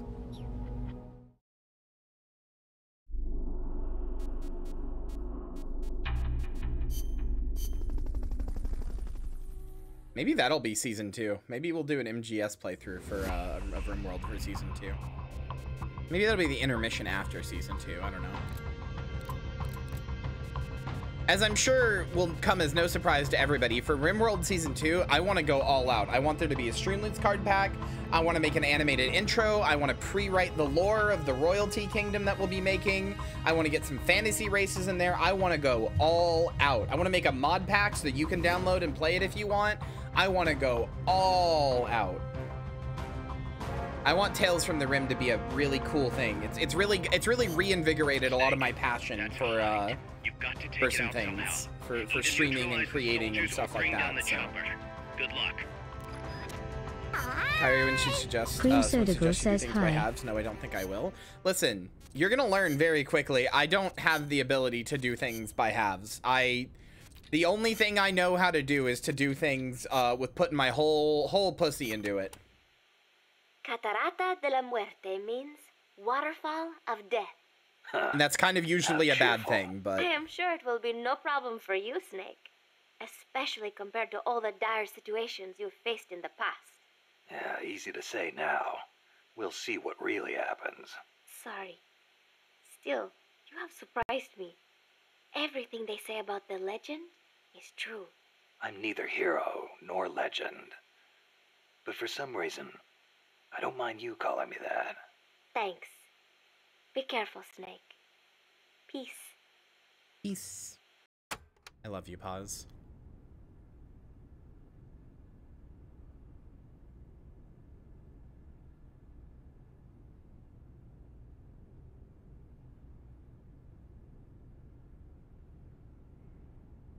So I found out that Anomaly added a serum that temporarily floods the user with nanomachines that harden in response to trauma, making them more durable. I don't know what it looks like in action.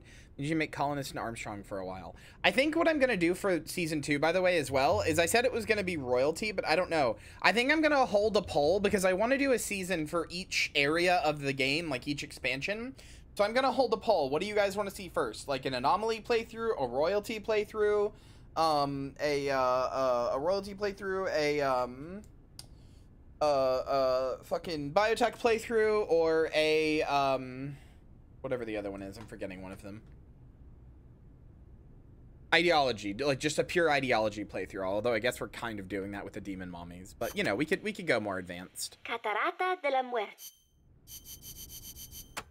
20 minutes to cozy time. Thank you, puppy. Don't even think about facing a chopper head on. Guerrilla tactics would work well in a place like that. Moving from tree to tree will make it hard to get a fix on you from the air. That's your best chance. Good thinking, Commandante. You clearly know your way around a battlefield. We didn't get that much done because we had to listen to files, stop talking and start using your ears. I think we should be pretty good on files from here on out. I don't think we get that many more new people. It's important to use sound to get a read on its position. So we should just have a few like this. Taking out its tail rotor. That would greatly reduce its mobility. And watch out for ground troops. Copy that, Commandante. When everyone's 5 minutes from death. Fair enough. I do wish there was one that had difficulty that went up over time, so it would start out really easy and then it would slowly move up the difficulty. I mean, I could just do that manually, but it would be cool if it happened automatically. I mean, that's kind of what the hot seat mod does with the swapping storytellers every year, but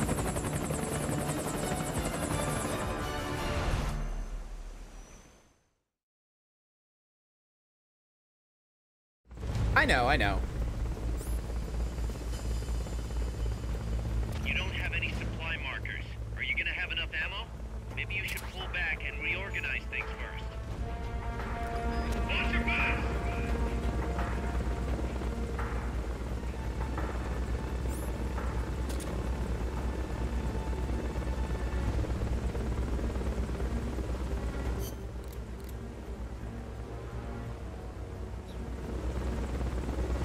Oh, there they are. Something there? Seeing things. No, yeah, RimWorld really is genuinely like rekindling my passion for streaming as a whole, which feels a little silly to say for like a colony management game. I'm gonna restart this. I'm gonna go back to mission selection. Feels a little bit silly to say for like a colony management game, and I never really fell out of love of streaming or anything, but for a while now all I felt like I was doing was just playing games and not like making interesting content. And I know that like people are more than happy to just get to experience a game with me, and I'm more than happy to do that too, but I also like the feeling of like feeling like I'm making like really interesting, like memorable content that you're like, whoa, like that was so cool, I remember when that happened. That was like this really awesome thing that I feel like I got to be like part of. I want to make content like that, so.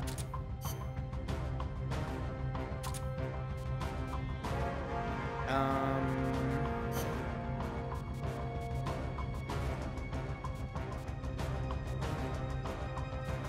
see you play Sundered. I really do want to play Sundered a lot. I wasn't sure if I was going to do that on stream or off stream, but I'll probably do it on stream.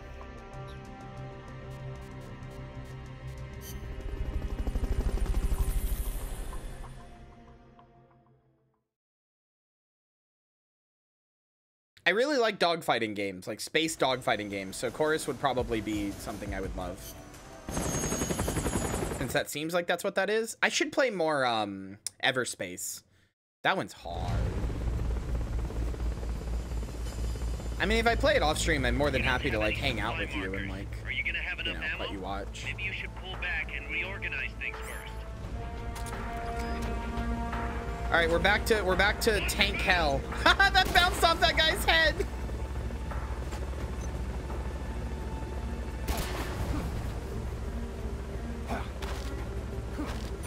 Next.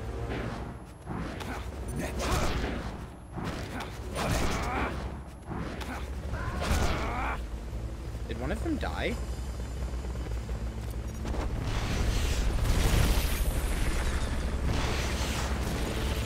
Did it find me? Fulton recovery helicopter is complete. I think one of them died. Maybe even two of them.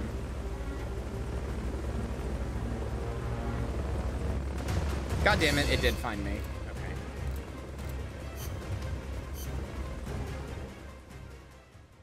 Royalty could be fun, either cozying up with the Empire, making an elaborate fancy base full of psychic snobs, or rebel and fight an overwhelmingly powerful enemy by any means necessary. Are you gonna have Maybe you should pull back and reorganize. With Royalty, all I know is that I was thinking about making a guy who like using character editor to make a guy who's literally like the laziest guy alive, like literally incapable of all work and only has like a high social stat, and that's it. Next.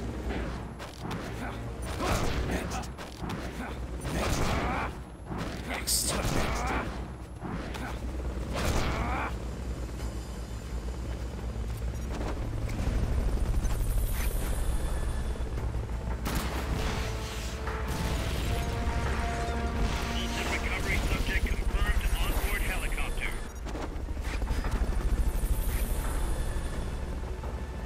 Fulton recovery helicopter is complete. What? Make him a high mate, maybe? Maybe.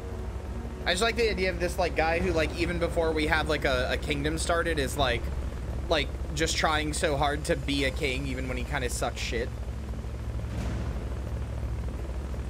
Yeah, that can be kind of a problem, Perry. That's kind of one of my problems with Everspace, even though I love that game a lot. Hind-D.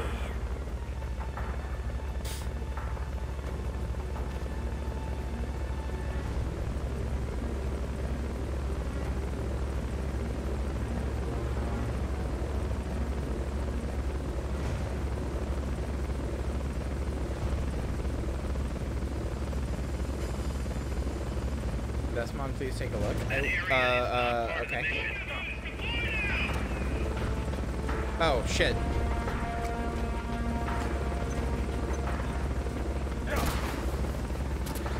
Really glad that that worked.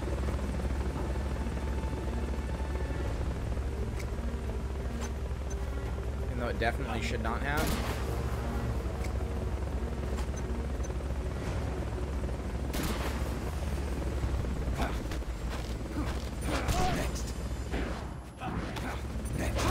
I love the next.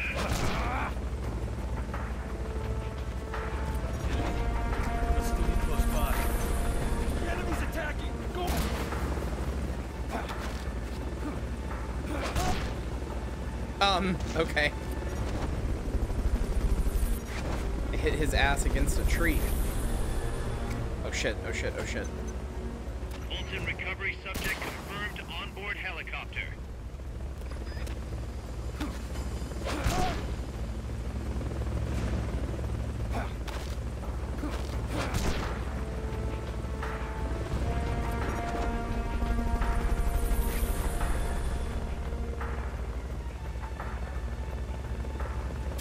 Hello, Fultons.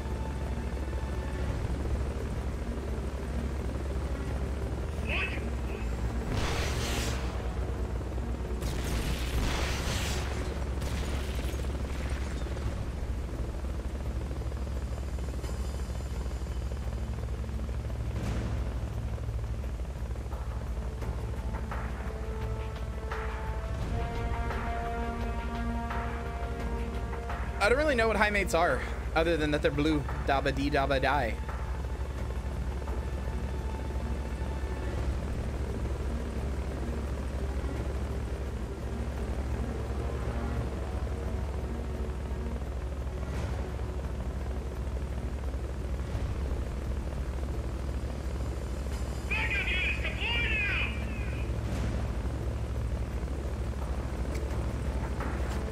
Every sci-fi game's gotta have them. Every sci-fi world, rather, has to have the sexy blue aliens. Your sci-fi world's not complete without sexy blue aliens.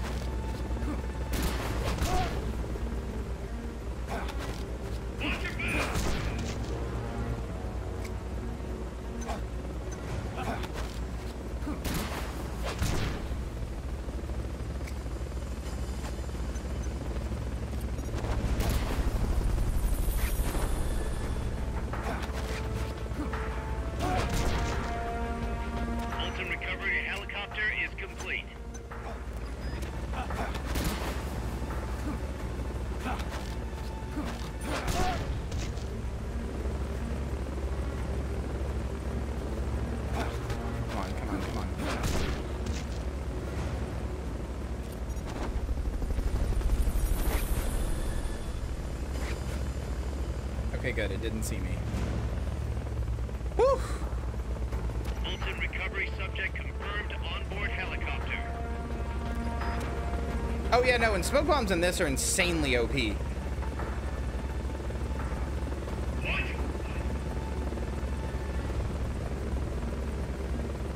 Metal Gear Solid alerts? Wait, hold on. What is this?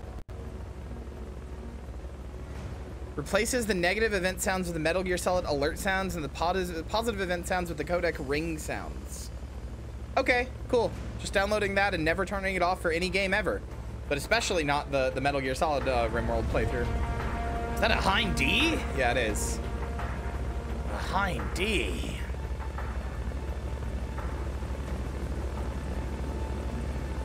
They're gonna drop one more group of duders, and I don't remember...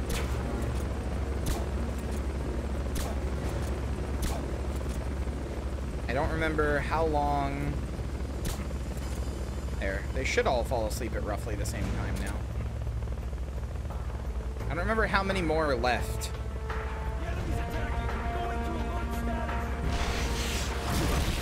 Ow. Yeah, motherfuckers. Yeah, I was gonna say, how many dudes does this chopper have? It's kind of bullshit.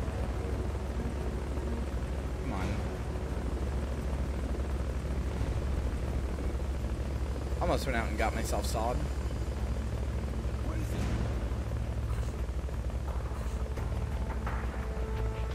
Come on, last guy, please fall asleep. There we go.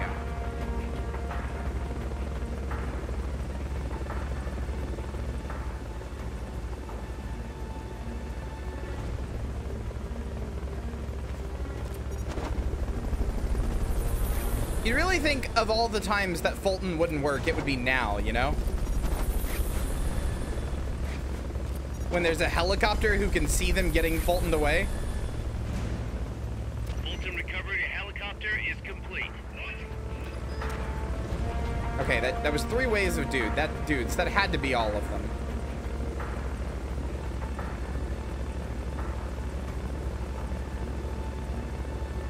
Come on, lean your head out or something.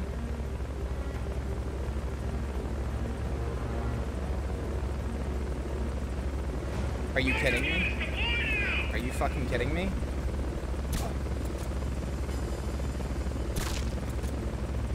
God damn it. God damn it. God damn it. God damn it. God damn it. What was that? Nothing. What is it?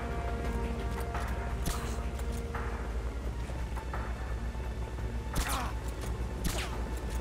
Somebody's here.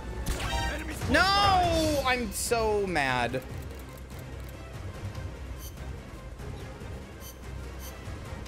I'm so mad. I was so close. That definitely was the last group of dudes, too. Oh. Alright, fine. I wanted to not bring the thing that gives you extra ammo, but fine, I will. I will. I will. I mean, doing it this way is always supposed to be really difficult. Like, it's never supposed to be something that you just do for free. So I get it, but god damn it.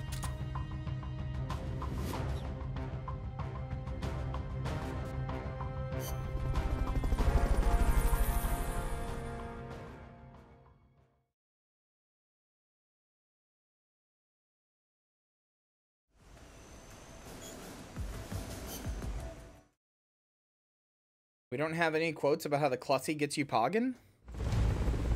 Which game should folks be ready for? I don't know. I was going to have people vote on it. It's going to be tough to take out a chopper with the weapons you've got. You'll want to think about taking out the guys in the unit first. Also, this is an easier thing just because the guys do not immediately call in their replacements. So just for that reason alone, this is much easier.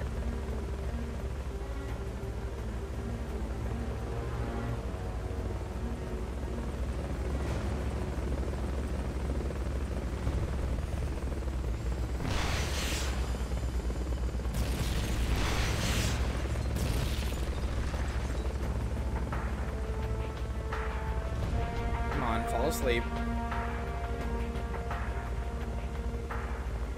What is it?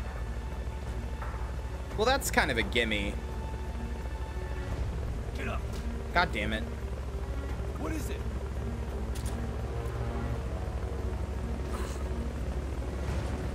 Get up. What is it?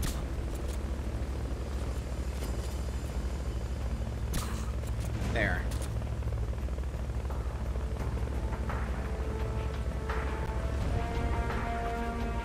Yeah, Hannah keeps a list of all of the quotes that have ever been done. Fulton recovery subject confirmed onboard helicopter.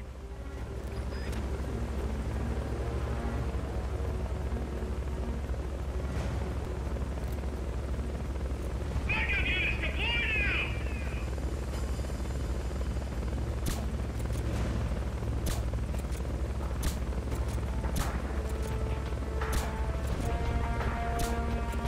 There we go. Enemies attacking. Going to alert status. What is it?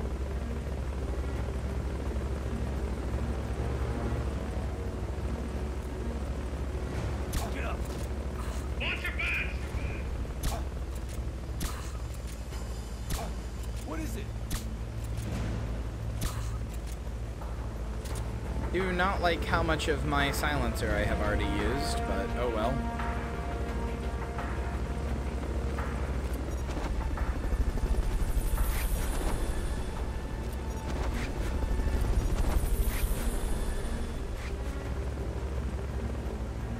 System recovery helicopter is complete.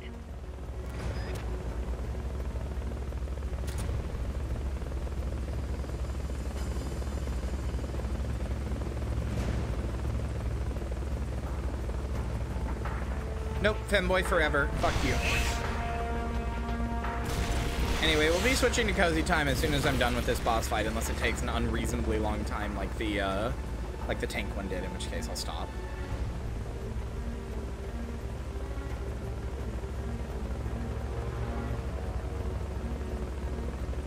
Or perhaps King Koopa.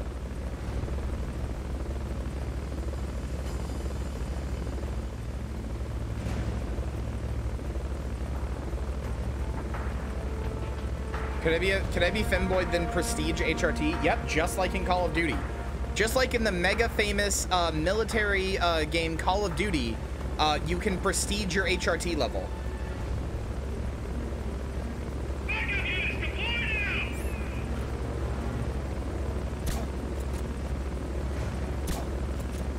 What was that? What was that, I wonder? Something there? Schmile.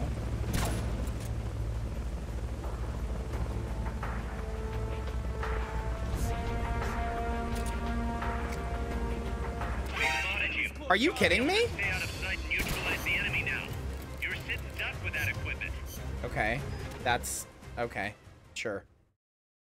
I don't agree, but sure. It's gonna be tough to take out a chopper with the weapons you've got. You'll want to think about taking out the guys in the unit first. I didn't mean to pick that up. I need to restart. That's a huge waste since it doesn't go above your current cap. It's gonna be tough to take out a chopper with the weapons you've got. You'll want to think about taking out the guys in the unit first. They haven't seen you yet. Hopefully that's all four of them that got hit.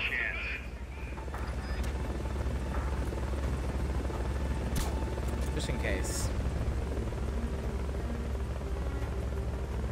More femboys should get groped by me, IMHO. What is it? Get up. Okay. Never mind. More femboys should let me grope their burgeoning little HRT tits. After only being on it for like 3 months when their nipples are all puffy and swollen. With the weapons you've got. You'll want to think about taking out the guys in the unit first. I'm of the opinion that a femboy can be a girl as a treat. Now's your chance. Or a girl can be a femboy, however you want to think about it. I've known plenty of trans girls who would self-identify with the term femboy.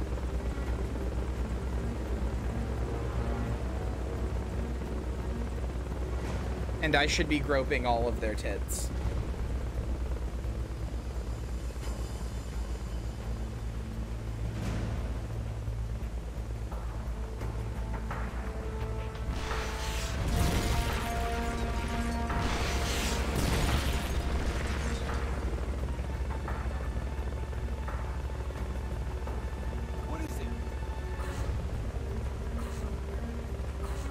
There we go.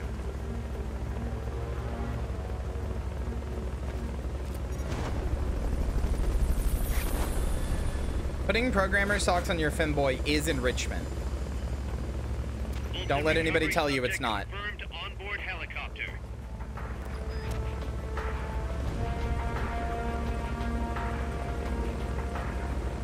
Chat, would you let Snake shoot you with the EP gun? This big, strong, manly muscles. You can tell I'm not into guys because I don't know how to describe them in a way that sounds sexy. Recovery helicopter is complete.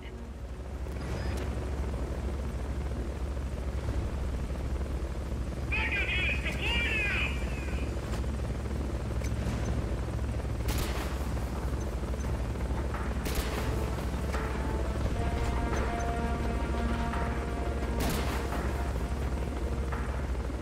And let Kyria shoot me with an EP gun? That's just called my cum.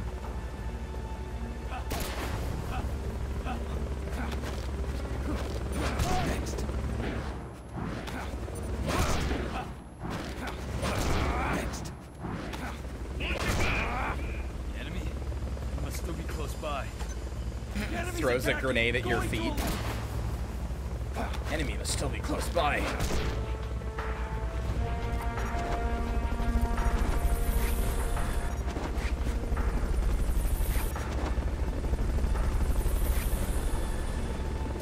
Recovery subject confirmed onboard I did use 5 grenades to do that, which I'm not a fan of, but I gotta use less.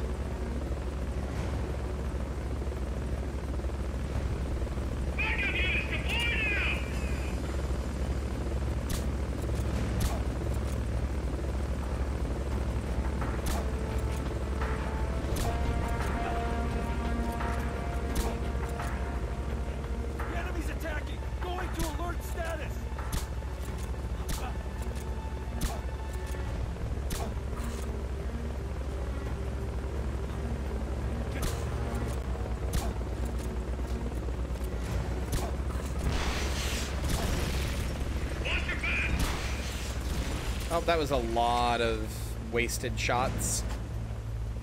Because I just wanted to get them all right there.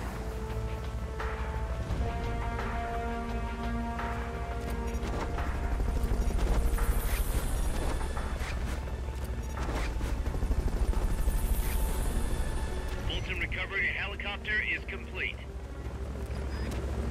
Fulton recovery subject confirmed onboard helicopter. Return from finishing Bray's comm. Nice. Where's the fat femboys? I'm literally always saying this.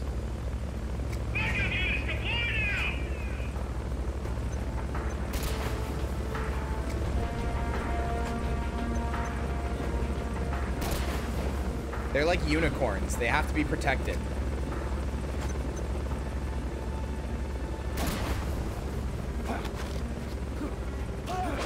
Alternative answer, in my DMs. Smile.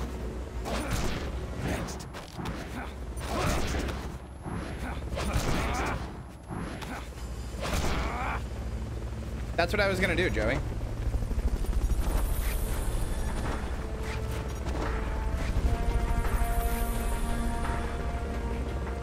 That was already the plan, silly. Fulton recovery helicopter is complete.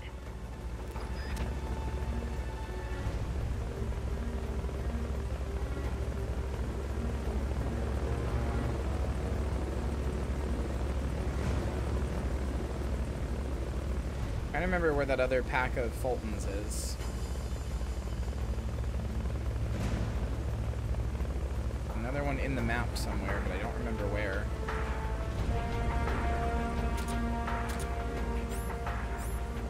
I think I'm just gonna need to call this down. They've okayed the request for support. They're sending out a cardboard box as we speak. Well, that had no Fultons in it, so that's cool. Where's the other set of Fultons? I know there's another one.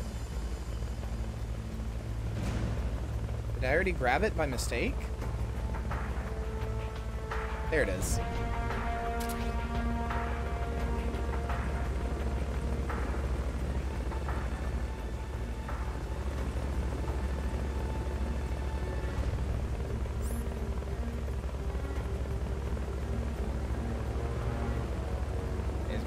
Happy birthday.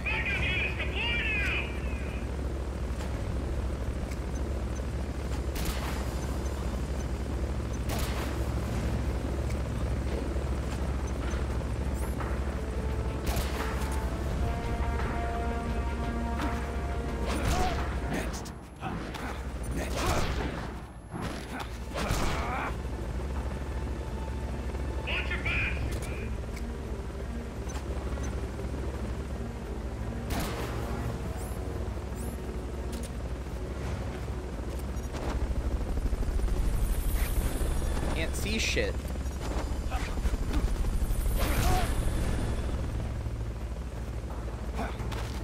Fulton recovery subject confirmed onboard helicopter.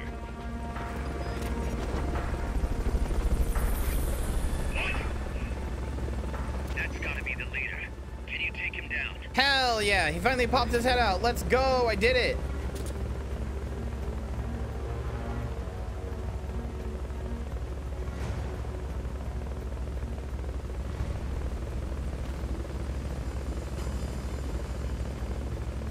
lots of dope stuff. And now you get the dopest thing of all. You get to watch me play video games. No, but really, I'm happy for you. Come on. Put your head down.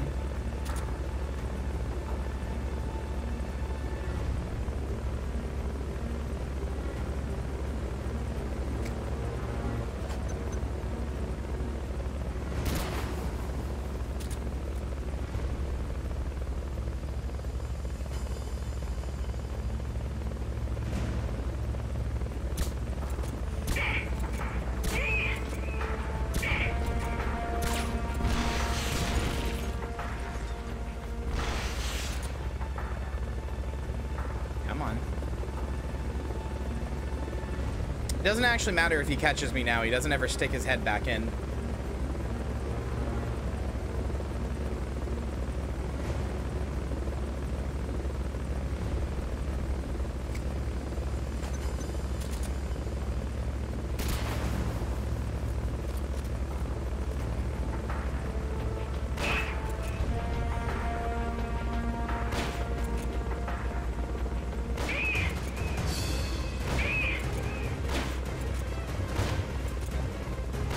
There we go. Got him.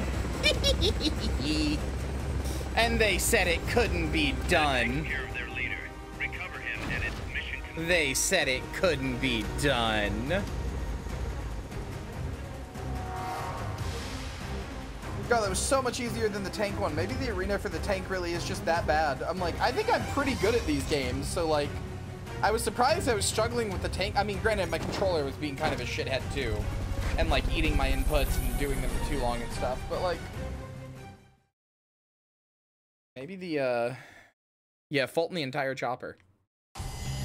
I mean, we do extract with the chopper. Also, I like that the guy who went unconscious in the chopper just gently landed it down in the middle of a jungle and somehow didn't tear up its rotors on any of the trees or rocks around. Just gently landed it. Yeah, okay, man. I extracted 21 guys. New uniform build, sinking suit. Let's go. I've been waiting for this.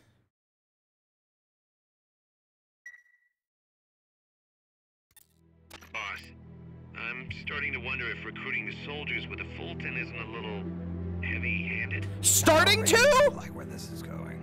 I think the voluntary approach could be more pragmatic. Technically, we're not a corporate entity, but at our size, that's not too far from the truth. We can't keep using guerrilla tactics to find new blood. Search for volunteers, select recruit from the menu, or select trade to exchange soldiers with other mercenary units. Yeah, provided we've got the friends for that. So that's a thing where you can like trade soldiers with other people in other games and stuff.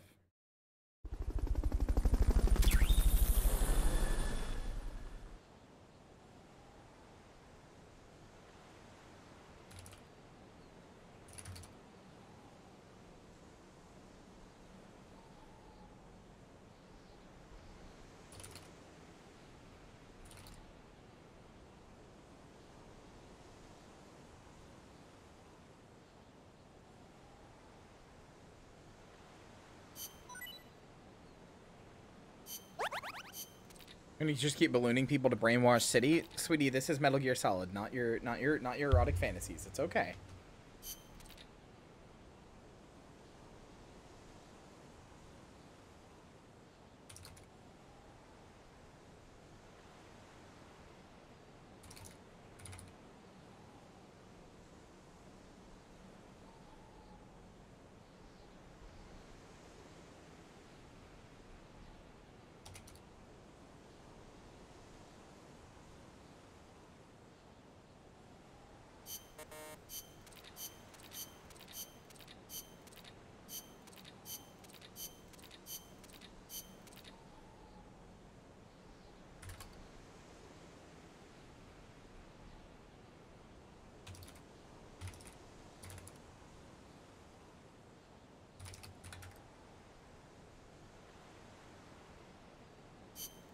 You can't call me out like this. I can and did.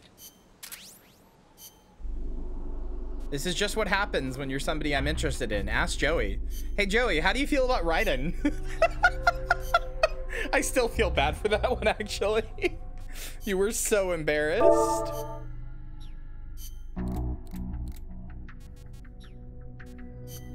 Flopsy wants to get roasted.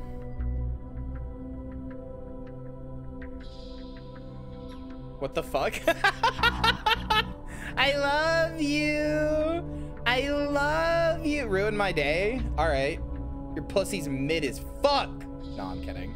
Actually, your D&D game sounds mid as fuck. No, it doesn't. I'm lying. I'm lying. I can't insult you. You're cool. You're cool, Flopsy. I can't say anything that's mean. You're too cool. Why was I embarrassed? Because I mentioned Raiden. Remember? I called you out on Raiden. Princess said you can't just call me out like this, and I was like, no, that's kind of just what happens when I like you, is I call you out a lot. Ask Joey how they feel about Raiden. Yeah, Raiden from Metal Gear, yeah.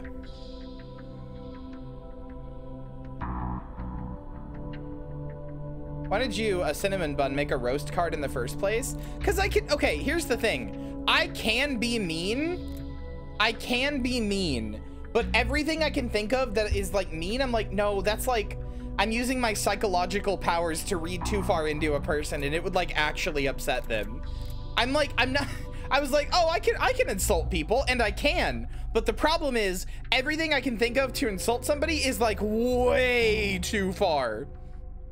Like, I'm too good at like reading people. I'm too good at like reading people and like kind of like knowing how their brain works on like an inner level. So like, you know, I could hit you with something and then you'd be like, oh, okay, I think I gotta go. And I'm like, no. I don't want to do it. I don't want to actually hurt anybody.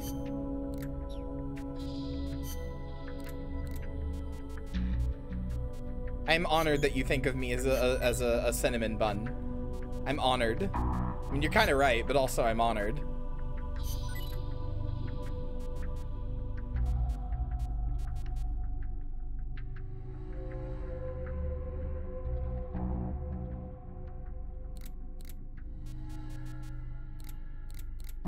Come on, ruin me. Oh.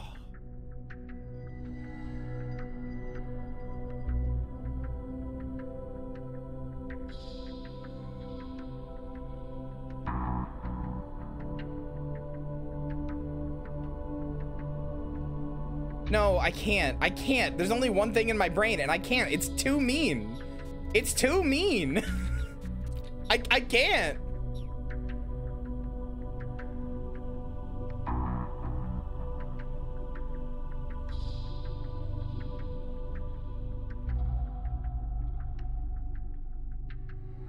Your name isn't Floppy Cock, and that's honestly a waste. That's a waste on you. You wasted a golden opportunity.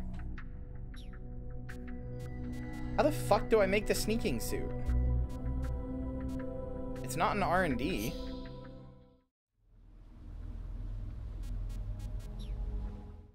Lame. I'm not gonna be mean to you. There's only one thing I think of, and it's too mean.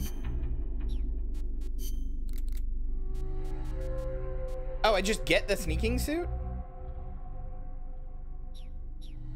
Okay. Well, wait, what does that look like?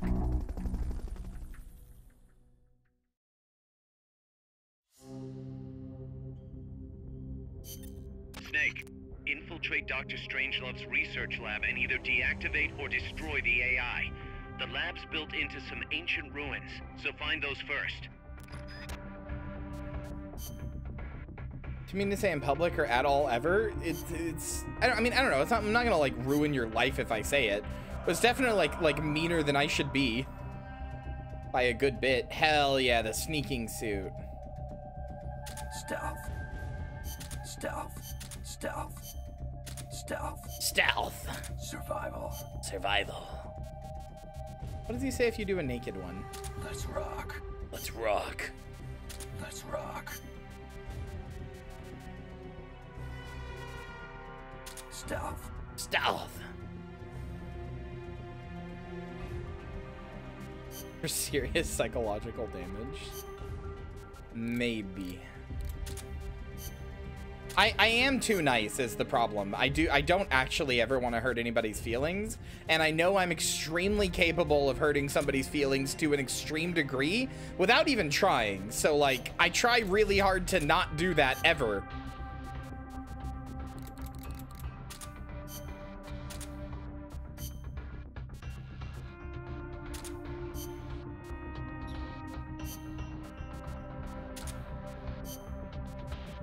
Not a problem, it's a good thing. I mean, it does mean I'm a little, not naive, but I can read the best intentions into somebody who is probably not, doesn't actually have them, which can kind of be a problem sometimes. I don't know what this dumb fucking shield is. Snake, you're not even aiming, the gun's not, you're pointing, you're facing this way, but the gun's this way. You're not even aiming it. All right, I'm gonna go pee. Sorry we didn't get much Peace Walker, but I did spend a long time talking about Spider-Man.